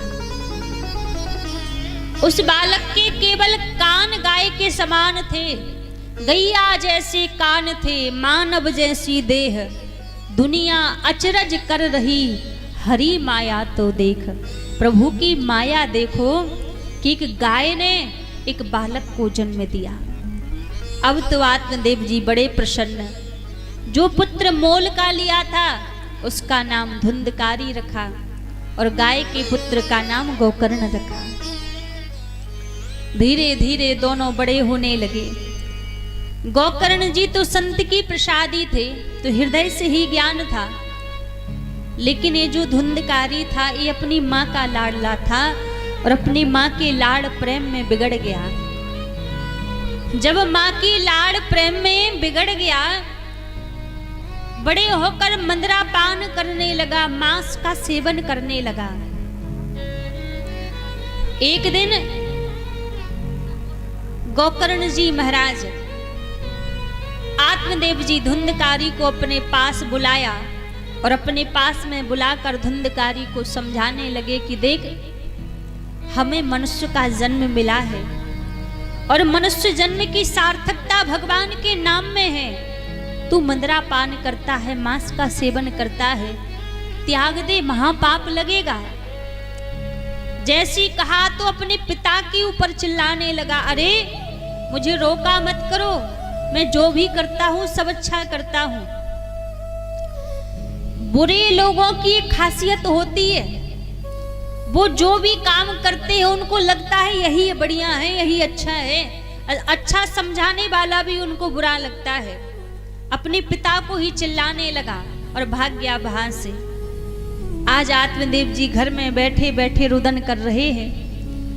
संत की कही बात याद आ रही है। संत ने कहा था कि यदि पुत्र होने के बाद कुपुत्र निकल आया तो जीवन भर रुलाएगा, और आज बैठकर रो रहे हैं। जब रुदन कर रहे थे तो उसी समय गोकर्ण जी आए और कहने लगे, पिताजी क्या बात है, आप क्यों रो रहे हैं? और जैसे कहा कि क्यों रो रहे हैं, तब महाराज आत्मदेव जी कहने लगे, मेरा पुत्र मेरी कोई बात नहीं मानता, मेरे स्वर्ग जैसे घर को नरक बना दिया है, मैं करूं तो क्या करूं? गोकर्ण जी ने कहा, पिताजी यदि मेरी बात मानो तो सबसे पहले मेरा मेरा करना बंद कर दो। यहां कोई हमारा नहीं है। संसार के संबंधों की तो बात ही छोड़ो। जिस देह को हम कहते हैं ना, ये शरीर मेरा है, ये देह भी हमारा है। इस देह की केवल 3 गति होती है। जला दोगे तो राख बन जाएगी, जमीन के अंदर गाड़ दोगे तो कीड़े खा जाएंगे, और फेंक दोगे तो गीदड़ खा जाएंगे। इस देह की चौथी कोई गति नहीं है। और इस संसार का साथ कितना है, जो कहते हैं ना ये हमारा है, ये हमारा है। साथी है गंग मित्र के जल सिंधु पान तक, अर्धांगिनी चलेगी केवल मकान तक, परिवार के चलेंगे बस शमशान तक, बेटा भी साथ देगा तो अग्निदान तक। इतना संसार का साथ है। पत्नी कहां तक जाएगी? बोले घर के द्वार तक साथ में जाएगी। रिश्तेदार यार दोस्त कहां तक साथ में जाएंगे? कहा शमशान तक साथ में जाएंगे। और बेटा कहां तक साथ देगा? कहा अग्निदान तक। इसके बाद ना हम आपको जानते हैं ना आप हमें जानते हो। इसके बाद जानने की तो बात ही छोड़ो। आपने यदि अपनी देह त्याग दी और दूसरे दिन जो बेटा जो पत्नी कहती है कि आप मेरे प्राण धन हो, और दूसरे दिन आपकी परछाई थोड़ी सी दिख जाए तो तांत्रिकों को बुलाने लग जाते हैं, बाबाओं को बुलाने लग जाते हैं, महाराज उनको मुक्ति नहीं मिली, कोई साधन करो। ये संसार की सच्चाई है। आज जो कह रहे हैं ना, जो कहते हैं कि आपके बिन तो हम एक क्षण नहीं रहेंगे, आपकी देह छूटने के बाद आप सामने भी खड़े हो जाओ तो देख के भागने लगते हैं। ये संसार की स्थिति है। तो इतना केवल मात्र संसार का साथ है, इसके बाद संसार का कोई साथ नहीं है। इसके बाद यदि कुछ साथ में जाएगा तो केवल एक चीज ही साथ में जाती है महाराज, इसके तो आगे भजन ही है साथी, भजन के बिना नर अकेला चलेगा। इससे तो आगे भजन ही है साथी, भजन के बिना अकेला चलेगा। इसके आगे केवल मात्र कुछ साथ में जाएगा ना, तो केवल जितना आपने प्रभु का नाम लिया है, जितनी प्रभु की सेवा की है, जितने अच्छे बुरे कर्म किए हैं, केवल मात्र वही साथ में जाएगा। और कुछ भी इसके आगे साथ में जाने वाला नहीं है। सब यहीं तक का है, सब यहीं का यहीं रखा रह जाना है। क्योंकि संत कहते हैं ना,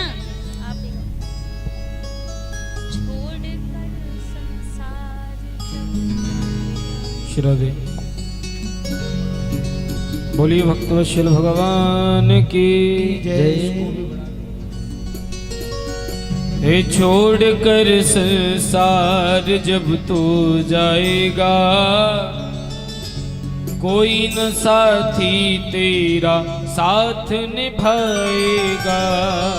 छोड़ कर संसार जब तू जाएगा, कोई न साथी तेरा साथ निभाएगा। हे छोड़ कर संसार जब तू जाएगा, कोई न साथी तेरा साथ निभाएगा। छोड़ कर संसार जब तू जाएगा, कोई न साथी तेरा साथ निभाएगा। ओ कोई न साथी तेरा साथ निभाएगा। कोई न साथी तेरा साथ निभाएगा। ओ कोई न साथी तेरा साथ निभाएगा। कोई न साथी तेरा साथ निभाएगा। छोड़ कर संसार जब तू जाएगा, कोई न साथी तेरा साथ निभाएगा। छोड़ कर संसार जब तू जाएगा, कोई न साथी तेरा साथ निभाएगा।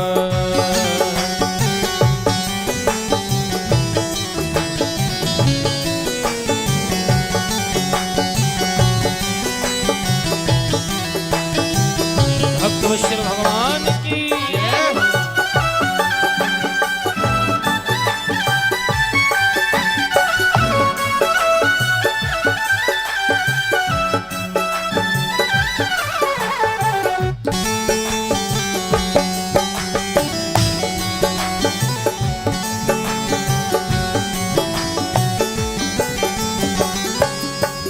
कर प्रभु का भजन किया ना, सत्संग किया न दो घड़ियां। गर प्रभु का भजन किया ना, सत्संग किया न दो घड़ियां। गर प्रभु का भजन किया ना, सत्संग किया न दो घड़ियां।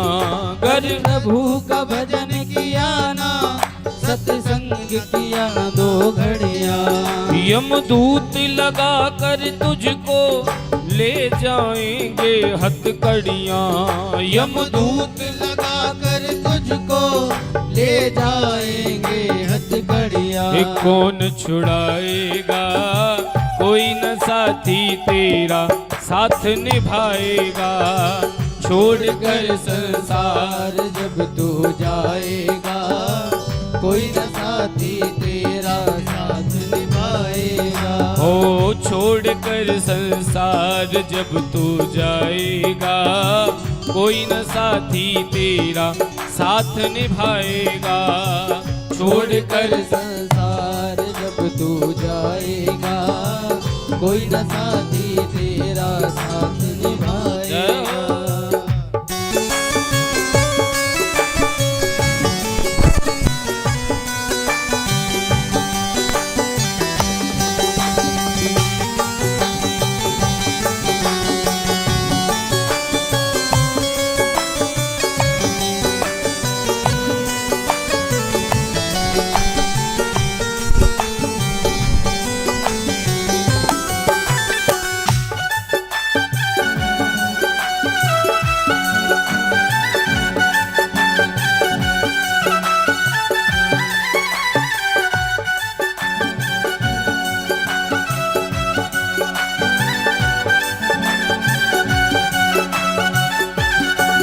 इस पेट भरन की खातिर तू पाप कमाता निश दिन। इस पेट भरन की खातिर तू पाप कमाता निस दिन। ओ इस पेट भरन की खातिर तू पाप कमाता निश दिन। इस पेट भरन की खातिर तू पाप कमाता निस दिन। हो शमशान में लकड़ी रख कर तेरे आग लगेगी एक दिन। शमशान में लकड़ी रख कर तेरे आग लगेगी एक दिन। बड़ा सुंदर भाव कहा है।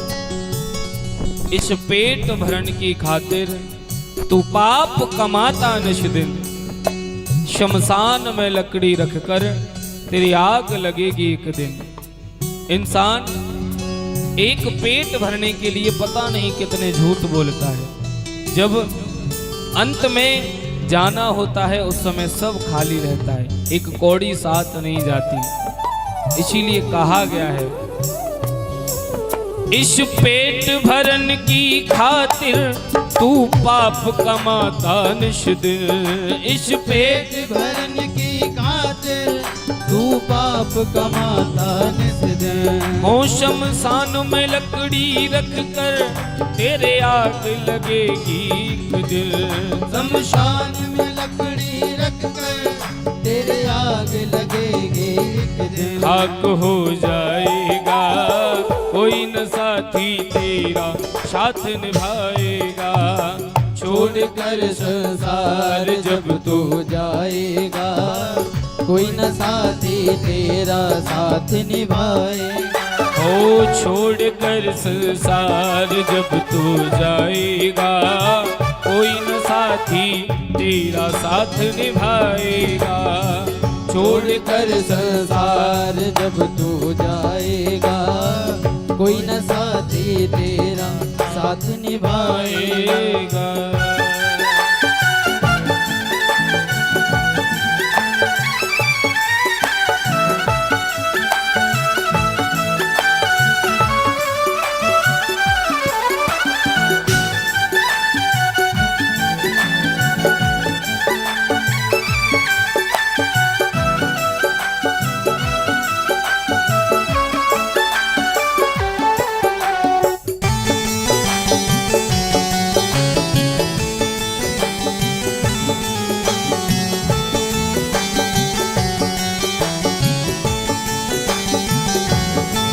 सत्संग की है ये गंगा तू इसमें लगा ले गोता। सत्संग की है ये गंगा तू इसमें लगा ले गोता। ओ सत्संग की है ये गंगा तू इसमें लगा ले गोता। सत्संग की है ये गंगा तू इसमें लगा ले गोता। वरना इस दुनिया से तू जाएगा एक दिन रोता। वरना इस दुनिया से तू जाएगा एक दिन रोता। ओ फिर पछताएगा कोई न साथी तेरा साथ निभाएगा। छोड़ कर संसार जब तू जाएगा कोई न साथी तेरा साथ निभाएगा। हे छोड़ कर संसार जब तू जाएगा कोई न साथी तेरा साथ निभाएगा। कोई छोड़ कर संसार जब तू जाएगा कोई न साथी तेरा साथ निभाएगा।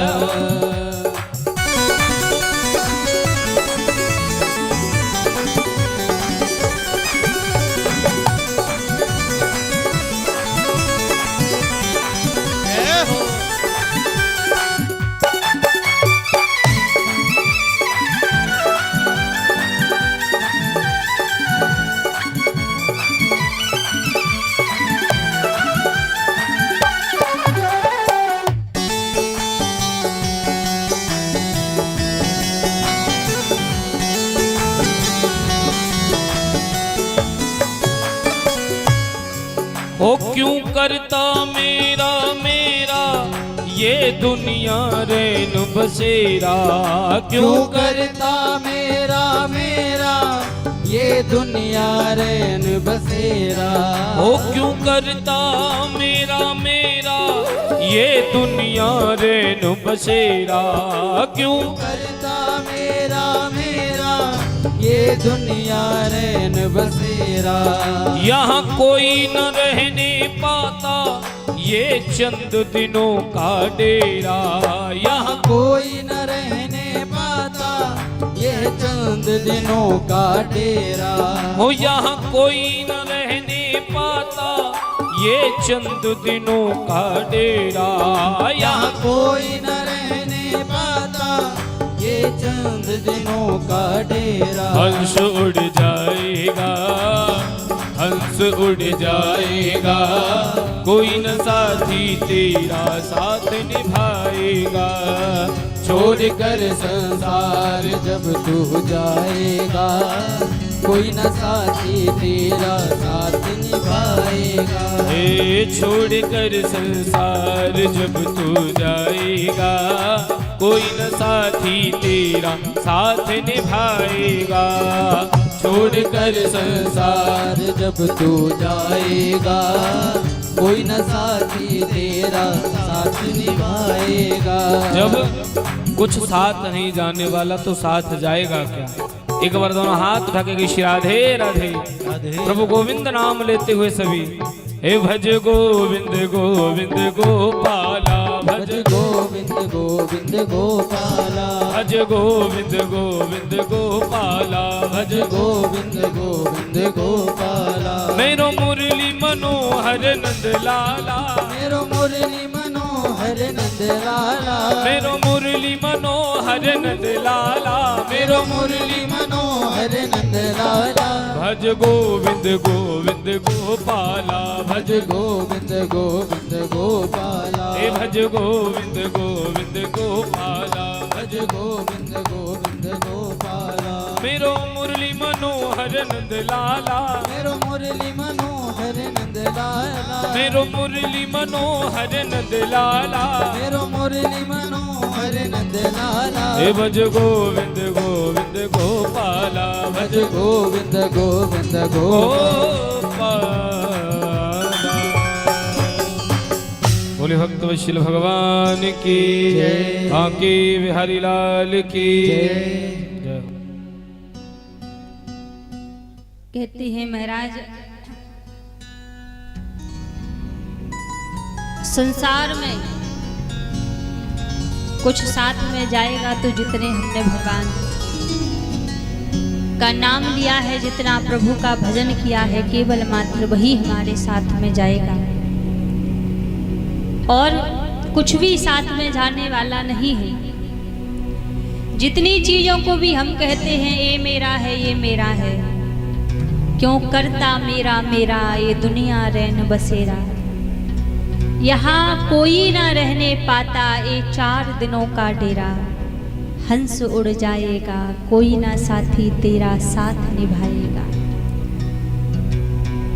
साथ कुछ जाएगा तो केवल मात्र प्रभु का नाम ही साथ में जाएगा। आत्मदेव जी को गोकर्ण जी ने समझाया कि पिताजी, आप जितना भी ये मेरा मेरा कर रहे हैं, यहाँ पर कुछ भी हमारा नहीं है। और जब समझाया तो सारा घर परिवार छोड़कर वन में जाकर आत्मदेव जी भगवान का भजन करने लगे। गोकर्ण जी तीर्थ यात्रा पर चले गए। अब घर में केवल मात्र धुंधली और धुंधकारी थे। धुंधकारी एक दिन धुंधली के पास में आया और आकर कहने लगा, माँ मुझे धन ला कर दे, कहाँ छिपा कर रखा है। यदि धन नहीं देगी तो मैं तुझे मार दूंगा। और जैसी कहा कि धन नहीं देगी तो मैं तुझे मार दूंगा, धुंधली सोचने लगी, पिता के पुत्र के हाथों से मरने से तो अच्छा है मैं स्वयं ही अपने प्राण त्याग दूं। रात्रि में कुएं में कूदकर धुंधली ने आत्महत्या कर ली। और जब धुंधली ने आत्महत्या कर ली तो फिर धुंधकारी घर में अकेला बचा। और जब अकेला बचा तो 5-5 गड़िकाओं को रख लिया।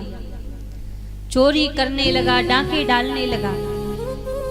एक दिन राजा के घर से चोरी करके आया। 5 गड़िकाएं विचार करने लगी कि धन तो आ गया है, यदि राजा को पता लगा तो राजा इसे भी पकड़ेंगे और साथ में हमें भी दंड देंगे, हमें भी पकड़ लेंगे। तो रात्रि के समय में पांचों गड़ी गांव ने मिलकर धुंधकारी को मार दिया और धुंधकारी को मार के सारा धन लेकर भाग गए। अब जीवन भर कोई अच्छा काम नहीं किया था, काम क्रोध की अग्नि में जलता रहा। मरने के बाद प्रेत बन गया। जब प्रेत बन गया तो आत्मदेव जी के महल में यत्र तत्र भटकने लगा। एक दिन गोकर्ण जी महाराज तीर्थ यात्रा से लौट कर आए और जब तीर्थ यात्रा से लौट कर आए तो रात्रि के समय अपने घर में भजन करने के लिए बैठ रहे थे तो बार बार भयंकर आवाजें आने लगे, कहीं भेड़ बकरी सामने आ जाए। तो अपने कमंडल में से जल लिया और जैसी जल सन्मुख फेंका तो परछाई प्रेत परछाई स्वरूप में प्रकट हो गया और कहने लगा। आत्मदेव जी ने, यहाँ गोकर्ण जी पूछते हैं कि आप कौन हैं और मुझे क्यों डरा रहे हैं। परछाई में से आवाज आई, अहम भ्राता तुदेस्मि, मैं आपका ही भाई धुंधकारी हूँ। और जैसी आवाज आई कि मैं आपका ही भाई धुंधकारी हूँ तो गोकर्ण जी बोले, मैंने तो आपके नाम का पिंडदान किया था, श्राद्ध किया था, फिर भी आपकी मुक्ति नहीं हुई। धुंधकारी कहने लगा, मैं महाप्रेत बन चुका हूँ, आप कितना भी क्यों ना पिंडदान कर लें, श्राद्ध कर लें, मेरी मुक्ति होने वाली नहीं है। गोकर्ण जी ने कहा कि अभी आप जाइए, मैं आपकी मुक्ति का साधन खोजूंगा। धुंधकारी वहां से चला गया। भोर की वेला हुई, सूर्य नारायण भगवान को प्रणाम किया और प्रणाम करके महाप्रेत की मुक्ति का साधन पूछा। तो सूर्य नारायण भगवान ने कहा, महाप्रेत की मुक्ति का तो केवल मात्र एक ही साधन है, श्रीमद् भागवत की कथा सुनाइए। अपने गांव वालों से कहकर भागवत की कथा का आयोजन रखा गोकर्ण जी ने। और जैसे ही आयोजन रखा तो महाराज धुंधकारी को बुलाया। जब धुंधकारी को बुलाया तो प्रेत तो हवा होती है। अब धुंधकारी सोचने लगा, मैं कहाँ बैठूं, कहीं स्थान नहीं दिखा। तो मंच की दाहिनी और एक सतग्रंथी बांस लगा हुआ था, उस बांस के अंदर आके धुंधकारी बैठ गया। प्रथम दिन की कथा पूरी हुई, बांस की एक ग्रंथि फट गई। दूसरे दिन की कथा पूरी हुई, बांस की 2 ग्रंथियां फट गई। और जब 7वें दिन की कथा पूरी हुई तो बांस की 7 ग्रंथियां फट गईं और धुंधकारी देव स्वरूप में प्रकट हो गया। जब देव स्वरूप में प्रकट हो गया, भगवान के धाम से विमान आया धुंधकारी को लेने के लिए। और जब विमान आया लेने के लिए तो गोकर्ण जी महाराज पूछने लगे, महाराज कथा तो हजारों लोगों ने सुनी है, तो विमान एक क्यों आया, विमान भी सबके लिए आना चाहिए। पार्षदों ने कहा कि कथा भले ही हजारों लोगों ने सुनी है, लेकिन कथा को तो मन से केवल मात्र धुंधकारी ने ही श्रवण किया है। कथा सुनने के बाद ऐसा नहीं सोचना चाहिए कि कथा सुन ली सो कल्याण हो जाएगा, ना। कथा सुनकर कथा का चिंतन मनन करना पड़ता है। अब पार्षद कहने लगे कि कथा इतने लोगों ने सुनी है, पर जिस प्रकार धुंधकारी ने कथा को सुना है, कथा का चिंतन मनन किया है, ऐसे तो किसी ने भी नहीं सुना। तो भगवान के परम धाम से विमान आया धुंधकारी के लिए और उस विमान में बैठकर धुंधकारी भगवान के परम धाम को गया। सब जय जयकार करने लगे, धन्यम भागवती वार्ता प्रेत पीड़ा विनाशिनी। धन्य है भागवत की कथा, जो जीवों का तो कल्याण करती ही है। भागवत की कथा तो भूत प्रेतों का भी कल्याण करने वाली है। तो महाराज यहाँ पर धुंधकारी भगवान की कथा को श्रवण करके भगवान के परम धाम के लिए गया। व्यास जी यहाँ पर प्रथम स्कंद में मंगलाचरण करते हैं और जब भागवत जी के प्रथम स्कंद में मंगलाचरण किया तो बड़ा ही अद्भुत मंगलाचरण किया, जिस मंगलाचरण में किसी भी देवी देवता का नाम नहीं है। केवल मात्र एक भागवत महापुराण ही ऐसा ग्रंथ है जिसके मंगलाचरण में किसी भी देवी देवता का नाम नहीं है। बाकी आप कोई भी ग्रंथ उठाकर देख लीजिए। आज मानो हमने कोई हनुमान जी के ऊपर कोई ग्रंथ लिखा है तो उसमें सबसे पहले नाम किसका आएगा? सबसे पहले उसमें हनुमान जी का नाम लिखा जाएगा। आज यदि महादेव के ऊपर हमने कोई ग्रंथ लिखा है तो उसमें सबसे पहले महादेव का नाम लिखा जाएगा। लेकिन भागवत महापुराण एक ऐसा ग्रंथ है जिसके मंगलाचरण में किसी देवी देवता की वंदना नहीं है। तो व्यास जी ने किसकी वंदना की? बड़ा सुंदर मंगलाचरण किया। जन्माध्यक्ष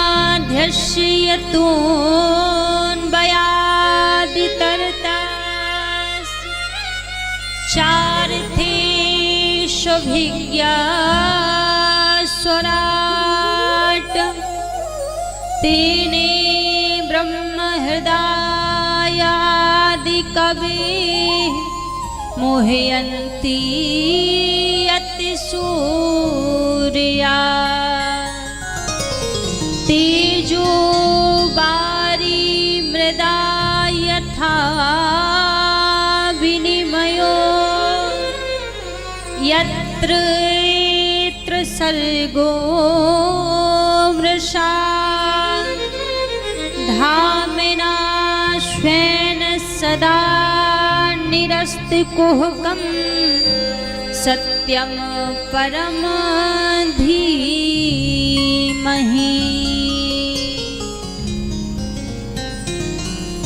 व्यास जी ने प्रथम स्कंद में मंगलाचरण किया और मंगलाचरण में वंदना किसकी की? कहा सत्यम परम धीमहि, सत्य की वंदना की। अब किसी ने पूछा आपने कौन से सत्य की वंदना की है? तो नाम नहीं लिया, गुण बताए। कहा जन्मादस्य तोन्वयादि तरतस, जिस प्रभु ने संसार को जन्म दिया उनकी मैंने वंदना की है। तो किसी ने कहा कि वेदों में तो वर्णन है कि हिरण्यगर्भ के द्वारा इस संसार को बनाया, ब्रह्मा जी के द्वारा इस संसार को बनाया गया। तो क्या आपने ब्रह्मा जी की वंदना की है? व्यास जी बोले ना, तेने ब्रह्म हृदय आदि कवि मोहयन्ति यत सूर्या। कहा जिन प्रभु ने ब्रह्मा को भी बनाया है और अपने संकल्प मात्र से ब्रह्मा जी को वेद वेदांतरों का ज्ञान दे दिया, उनकी मैंने वंदना की है। तेजो बारी मृधा यथा विनिमयो यत्र यत्र सर्गो मृषा धामना शयन सदा निरस्तकुहकं सत्यम परम धीमहि। सत्य की वंदना की। अब सत्य की वंदना इसलिए भी की, यदि यहाँ पर भगवान का नाम लिख देते कि कृष्णम परम धीमहि तो लोग सोचते कि केवल मात्र कृष्ण ही सत्य है, राम सत्य नहीं है क्या, शिव सत्य नहीं है जो कृष्ण अकेले का नाम लिखा। तो एक शब्द लिखकर, सत्य लिखकर सबकी वंदना व्यास जी ने एक ही शब्द में कर दी। राम भी सत्य है, कृष्ण भी सत्य है, शिव भी सत्य है। तो सत्य लिखा तो एक शब्द में समस्त देवी देवताओं की वंदना व्यास जी ने की। और यदि एक तरह से देखा भी जाए तो सत्य कहकर भगवान की भी वंदना की है। क्योंकि जब ठाकुर जी गर्भ में आए थे, माता देवकी के गर्भ में आए थे, तब सब समस्त देवताओं ने 7 बार भगवान को सत्य सत्य कहकर भगवान की वंदना की थी, भगवान की स्तुति की थी। तो सत्य लिखकर भी भगवान का नाम लिख दिया और एक बार सत्य लिखकर भी समस्त देवी देवताओं की वंदना व्यास जी ने कर दी। अद्भुत मंगलाचरण किया। सत्यम परम धीमहि, सत्य की वंदना की। फिर महाराज सौनक ऋषि सूत जी महाराज के निकट बैठे हैं और सूत जी महाराज के निकट बैठकर कथा को सुन रहे हैं। सौनक ऋषि सूत जी महाराज से कहने लगे, भगवान हमारे मन में कुछ प्रश्न हैं और हम चाहते हैं कि आप हमारे प्रश्नों के उत्तर दीजिए। सूत जी महाराज ने कहा, पूछो कौन से प्रश्न आपके मन में है। 6 प्रश्न सौनक ऋषियों ने किए। पहला प्रश्न किया कि मानव के लिए सबसे बड़ा परम धर्म क्या है। क्या मंदिर जाना परम धर्म है? क्या रोज पूजा पाठ करना परम धर्म है? सबसे बड़ा परम धर्म है क्या? पहला प्रश्न किया। फिर दूसरा प्रश्न किया कि देवता श्रेष्ठ कौन है? देखिए, ये सारे प्रश्न हम सभी के मन में भी आते हैं। जो प्रश्न शौनक ऋषियों ने किए हैं, हम सभी के मन में प्रश्न होते हैं। दूसरा प्रश्न किया कि देवता श्रेष्ठ कौन है? कोई कहता राम जी श्रेष्ठ हैं, कोई कहता हनुमान जी श्रेष्ठ हैं, कोई कहता दुर्गा मैया श्रेष्ठ है। तो देवता श्रेष्ठ कौन है? और तीसरा प्रश्न किया कि भगवान के अवतार कितने हैं? और चौथा प्रश्न किया कि वेदों में भगवान को अजन्मा क्यों कहा गया, जबकि भगवान अवतार लेते हैं, रूप धारण करके आते हैं, तो वेदों में अजन्मा क्यों कहा गया? ये चौथा प्रश्न किया। और पांचवा प्रश्न किया कि वक्ता श्रेष्ठ कौन है? और छठवां प्रश्न किया कि जब भगवान इस धराधाम को छोड़कर गए तो धर्म किसकी शरण में गया? ये 6 प्रश्न शौनक ऋषियों ने सूत जी से किए। सूत जी महाराज कहने लगे, हम आपके प्रश्नों के उत्तर तो देंगे, लेकिन उससे पहले हम श्री सुखदेव जी महाराज का ध्यान कर लें। जैसे कहा कि सुखदेव जी का ध्यान कर लें, तो शौनक ऋषि पूछने लगे, भगवान इस सुखदेव जी कौन है? अब बार बार इनका नाम लिया करते हैं। और जैसे ही नाम लिया कि ये सुखदेव जी कौन है, तब सुखदेव जी के जन्म की कथा सूत जी महाराज शौनक ऋषियों को श्रवण कराते हैं। गोलोक धाम में एक बार किशोरी श्री राधा रानी की गोदी में एक नन्हा सा तोता खेल रहा था। राधा रानी उस नन्हे से तोते से कहने लगी कि बेटा, आप संसार में जाओ और जाकर जन जन में भागवत का प्रचार करो। तो वो नन्हा सा तोता बोला, माँ, संसार में जाते ही विष्णु की माया पकड़ लेती है, इसलिए मैं संसार में नहीं जाऊंगा। राधा रानी ने वचन दिया, मैं आपको वचन देती हूँ, आपके ऊपर विष्णु की माया का कोई असर नहीं होगा। राधा रानी से वचन लेकर सुखदेव जी महाराज पृथ्वी लोक में आए और एक पक्षिणी के गर्भ में स्थापित हो गए।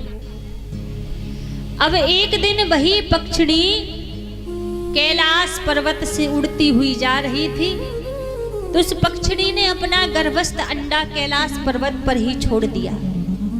जब अपना गर्भस्थ अंडा कैलाश पर्वत पर छोड़ दिया, समय बीता, नारद जी को लगा कि सुखदेव जी का जन्म होना चाहिए। तो आज नारद जी नारायण नारायण करते हुए पहुंच गए कैलाश पर्वत पर। और जब कैलाश पर्वत पर गए तो देखा भगवान शंकर तो समाधि में बैठे हैं, ध्यान में बैठे हैं। मां परम्बा ने देखा तो स्वागत सत्कार किया। पूछने लगी, भगवान बड़े दिनों में आपके दर्शन हुए, आजकल आपके दर्शन नहीं होते। और जैसी कहा तो नारद जी कहने लगे, देवी आजकल मैंने संसार में आना जाना बंद कर दिया है। क्यों? क्योंकि संसार में कहीं भी सच्चा प्रेम नहीं रहा, हर जगह छल कपट ढोंग भरा हुआ है, इसलिए मैंने संसार में आना जाना बंद कर दिया है। पार्वती जी बोली, महाराज संसार का तो पता नहीं, पर मैं अपनी बात कहूं तो मुझ में और मेरे स्वामी में तो बड़ा ही प्रेम है। भगवान भोलेनाथ मुझसे कोई बात नहीं छिपाते, हर एक बात मुझे बताते हैं। और तो और अपना गुरु मंत्र भी मुझे बता दिया। बल्कि कहते हैं गुरु मंत्र हमेशा गुप्त रखना चाहिए, गुरु मंत्र किसी को नहीं बताना चाहिए। दूसरा, कभी भगवान की यदि कृपा हो जाए, अनुग्रह कभी प्रभु का हो जाए, स्वप्न में ही सही कभी भगवान के दर्शन हो गए, भगवान के होने का आभास कभी हमें प्रभु कृपा करके यदि करावे, तो ये चीज भी किसी को नहीं बतानी चाहिए कि हमने स्वप्न में भगवान को देखा, या फिर भगवान की कृपा का हमें कुछ अनुभव हुआ है, कुछ आभास हुआ है। ये बात कभी किसी को नहीं बतानी चाहिए, लेकिन हाँ अपने गुरुदेव से नहीं छिपानी चाहिए। ये बात केवल मात्र कोई बताने योग्य व्यक्ति है तो वो केवल मात्र गुरुदेव है। अपने गुरुदेव को बताइए, उनसे कोई परेशानी नहीं है, लेकिन संसार के किसी व्यक्ति को मत बताइए, वो कितना भी आपका सगा हो, कितना भी आपका संबंधी क्यों ना हो। ये चीजें हमेशा गुप्त रखनी चाहिए। और कलिकाल में तो कलयुग का तो ऐसा प्रभाव है, यदि स्वप्न में भी आपको कभी भगवान के दर्शन हुए हैं तो वो स्वप्न के दर्शन भी साक्षात माने जाते हैं। ये कलयुग का प्रभाव है। तो पार्वती जी कहने लगी कि भगवान शंकर मुझसे कोई बात नहीं छुपाते, हर बात मुझे बताते हैं। जब कहा कि हर बात मुझे बताते हैं, तो नारद जी कहने लगे फिर ये बात तो अवश्य ही बताई होगी। भगवान शंकर अपने गले में जो मुंडों की माला धारण करते हैं, उस माला में किसके मुंड लगे हैं, ये बात तो आपको अवश्य बताई होगी। और जैसी कहा तो पार्वती जी चुप हो गई। कहा महाराज हर बात तो मुझे बताते हैं, पर ये बात कभी नहीं बताई कि अपने गले में जो मुंडों की माला धारण करते हैं, उस माला में किसके मुंड लगे हैं। नारद जी बोले देवी फिर कैसा प्रेम, जिस माला को 24 घंटे पहन कर रखते हैं, जब उसी के बारे में नहीं बताया तो काहे का प्रेम। अच्छा मुझे कोई लेना देना नहीं है, आप जानो, आपका काम जाने। अब लड़ाई करवाने के लिए तो इतना ही काफी था। और नारद जी वहां से चल पड़े। और जैसे नारद जी वहां से चल पड़े तो सामने से भगवान शंकर आ रहे थे। कहा महाराज थोड़ा जल्दी पधारिए, माता जी याद कर रही हैं। भगवान शंकर जैसे पहुंचे, विचार करने लगे कि जब आपका आगमन हुआ था तो माता जी तो याद करेंगी ही। पार्वती जी को भवन में जाकर बैठी हैं। अच्छा देखो पहले की व्यवस्था कितनी बढ़िया होती थी। पहले के समय में जब कोई अपने भवन का निर्माण करवाता था, अपने घर का निर्माण कराता था, तो अलग से को भवन बनवाया करते थे पहले के लोग। क्यों? जब कोई व्यक्ति उस को भवन में जाकर बैठ जाए तो दूसरे लोग समझ जाते थे कि क्रोधित हैं, इसलिए को भवन में जाकर बैठे हैं। लेकिन जरा विचार करो, यदि आज के समय में को भवन का निर्माण हुआ करता, यदि आज के समय में को भवन बनाया जाता तो क्या कभी खाली रहता कभी खाली? कई लोग तो इसी बात से लड़ाई कर लेते कि जल्दी बाहर निकलो, हमें भी जाके बैठना है। क्योंकि आजकल तो लोगों का स्वभाव ऐसा हो चुका है, एक एक मिनट पर लोगों को क्रोध आ जाता है, एक एक क्षण में क्रोध आ जाता है। कहते हैं ज्यादा क्रोध भी हानिकारक होता है, क्रोध सीमित ही होना चाहिए।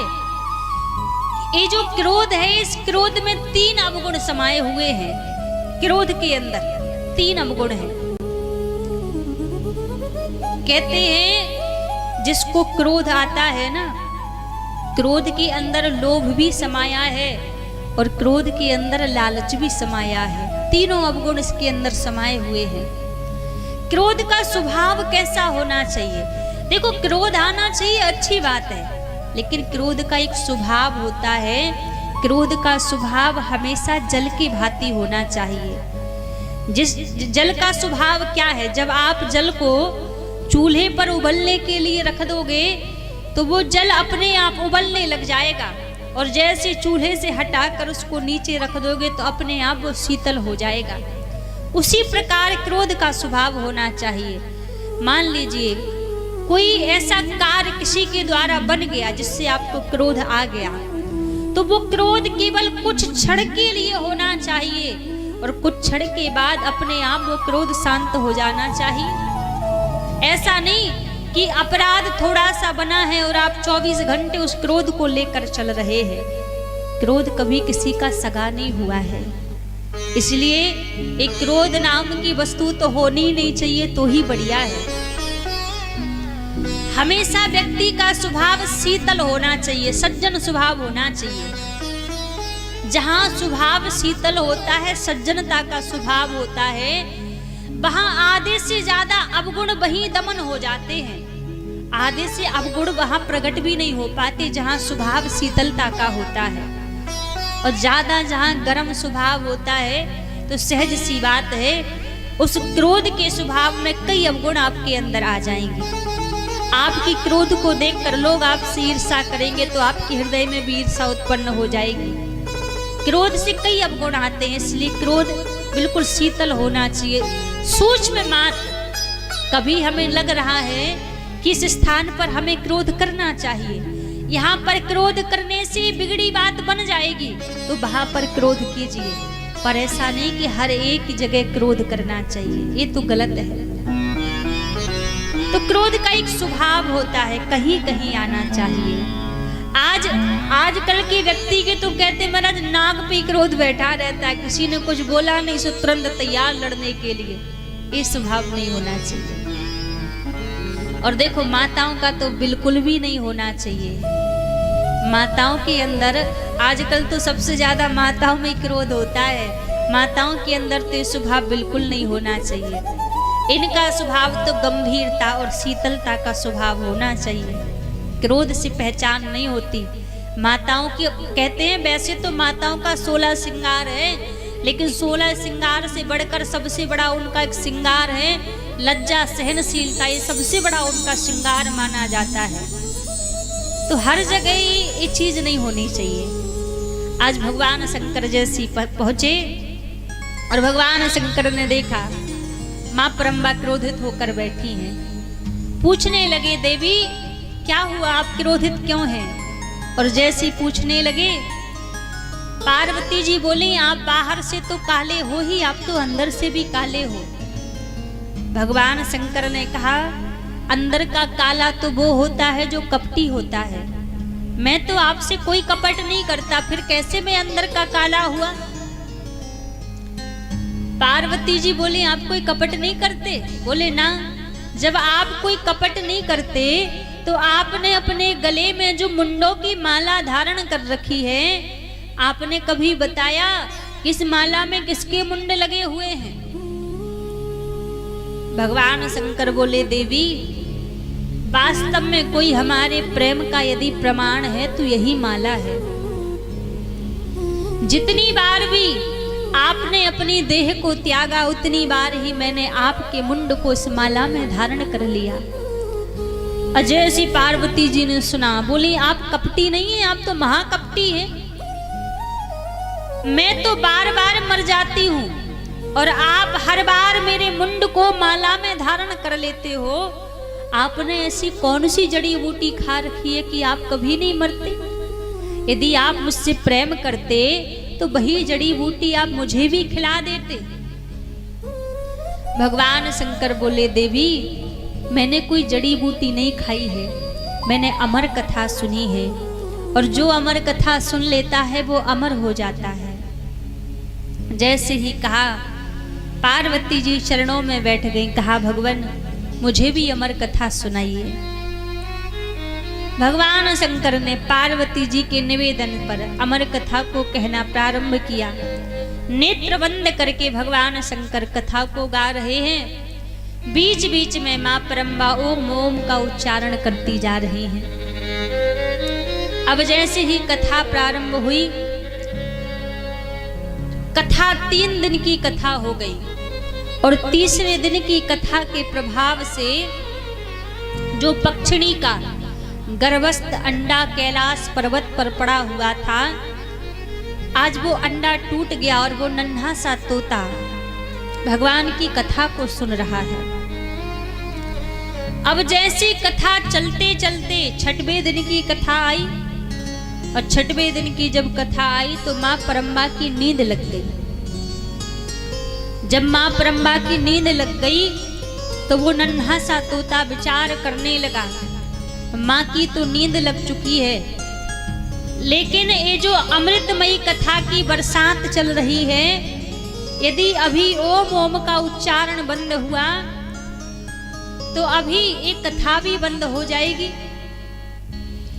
तो वो नन्हा सा तोता माँ की वाणी में ओम ओम का उच्चारण करने लगा और जैसे ही 7 दिन की कथा पूरी हुई, भगवान शंकर ने जयकारा लगाया, बोलिए बाल कृष्ण भगवान की जय हो। और जैसे ही जयकारा लगाया, माता पार्वती की नींद खुल गई। और जब माता पार्वती की नींद खुल गई, पूछने लगी,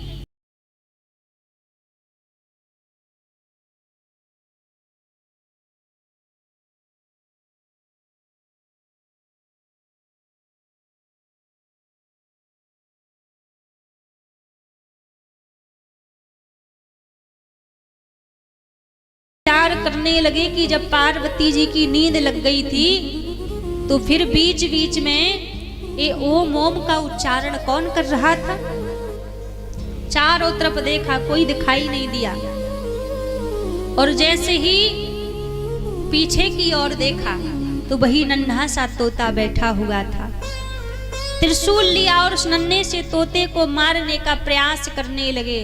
आगे आगे वो तोता उड़ता जा रहा है, पीछे पीछे भगवान शंकर जा रहे हैं। और जैसे पीछे पीछे भगवान शंकर जा रहे थे, वो तोता उड़ता उड़ता बद्रीनाथ धाम की ओर पहुंचा। और बद्रीनाथ धाम में वेद व्यास जी की पत्नी बिटिका देवी, जिन्होंने छींक लेने के लिए अपने मुख को खोला, उनके मुख के द्वारा वो नन्हा सा तोता जाकर उनके गर्भ में प्रवेश कर गया। भगवान शंकर वहां से लौट कर आ गए। और जैसे भगवान शंकर लौट कर आए तो 12 वर्ष तक सुखदेव जी महाराज बिटिका देवी के गर्भ में रहे। और 12 वर्ष बाद जब जन्म लिया तो जन्म लेते सीधे वन की ओर जाने लगे। जब सीधे वन की ओर जाने लगे तो पीछे पीछे व्यास जी जा रहे हैं, बेटा लौटाओ, बेटा लौटाओ। लेकिन सुखदेव जी महाराज पलट कर भी नहीं देख रहे हैं कि कौन पुकार रहा है। जब लौट कर नहीं आए, वन में बैठकर जिस कथा को श्रवण किया था सुखदेव जी महाराज ने, आज भगवान की उसी छवि का चिंतन कर रहे हैं। कहते हैं एक तो सबसे ज्यादा बालक पर प्रभाव पड़ता है तो गर्भ में दिए हुए संस्कार का प्रभाव पड़ता है। जब बालक गर्भ में हो उस समय जैसे संस्कार बालक को दिए जाएं वैसे सीख जाता है। उसके बाद जब बाल अवस्था हो, बाल अवस्था में जो सिखाया जाए उन संस्कारों का प्रभाव बड़ी जल्दी पड़ता है। तो आज जन्म के पहले जो सुखदेव जी महाराज ने जो भगवान की कथा को श्रवण किया था, जो भगवान के स्वरूप की महिमा को श्रवण किया था, आज जन्म लेते ही भगवान की उसी स्वरूप का चिंतन करते हुए सुखदेव जी महाराज वन की ओर जा रहे हैं। और वन में बैठकर भगवान की उसी छवि का सुखदेव जी महाराज चिंतन कर रहे हैं, स्मरण कर रहे हैं कि भगवान की वो दिव्य छवि का, प्रभु की वो छवि कैसी है।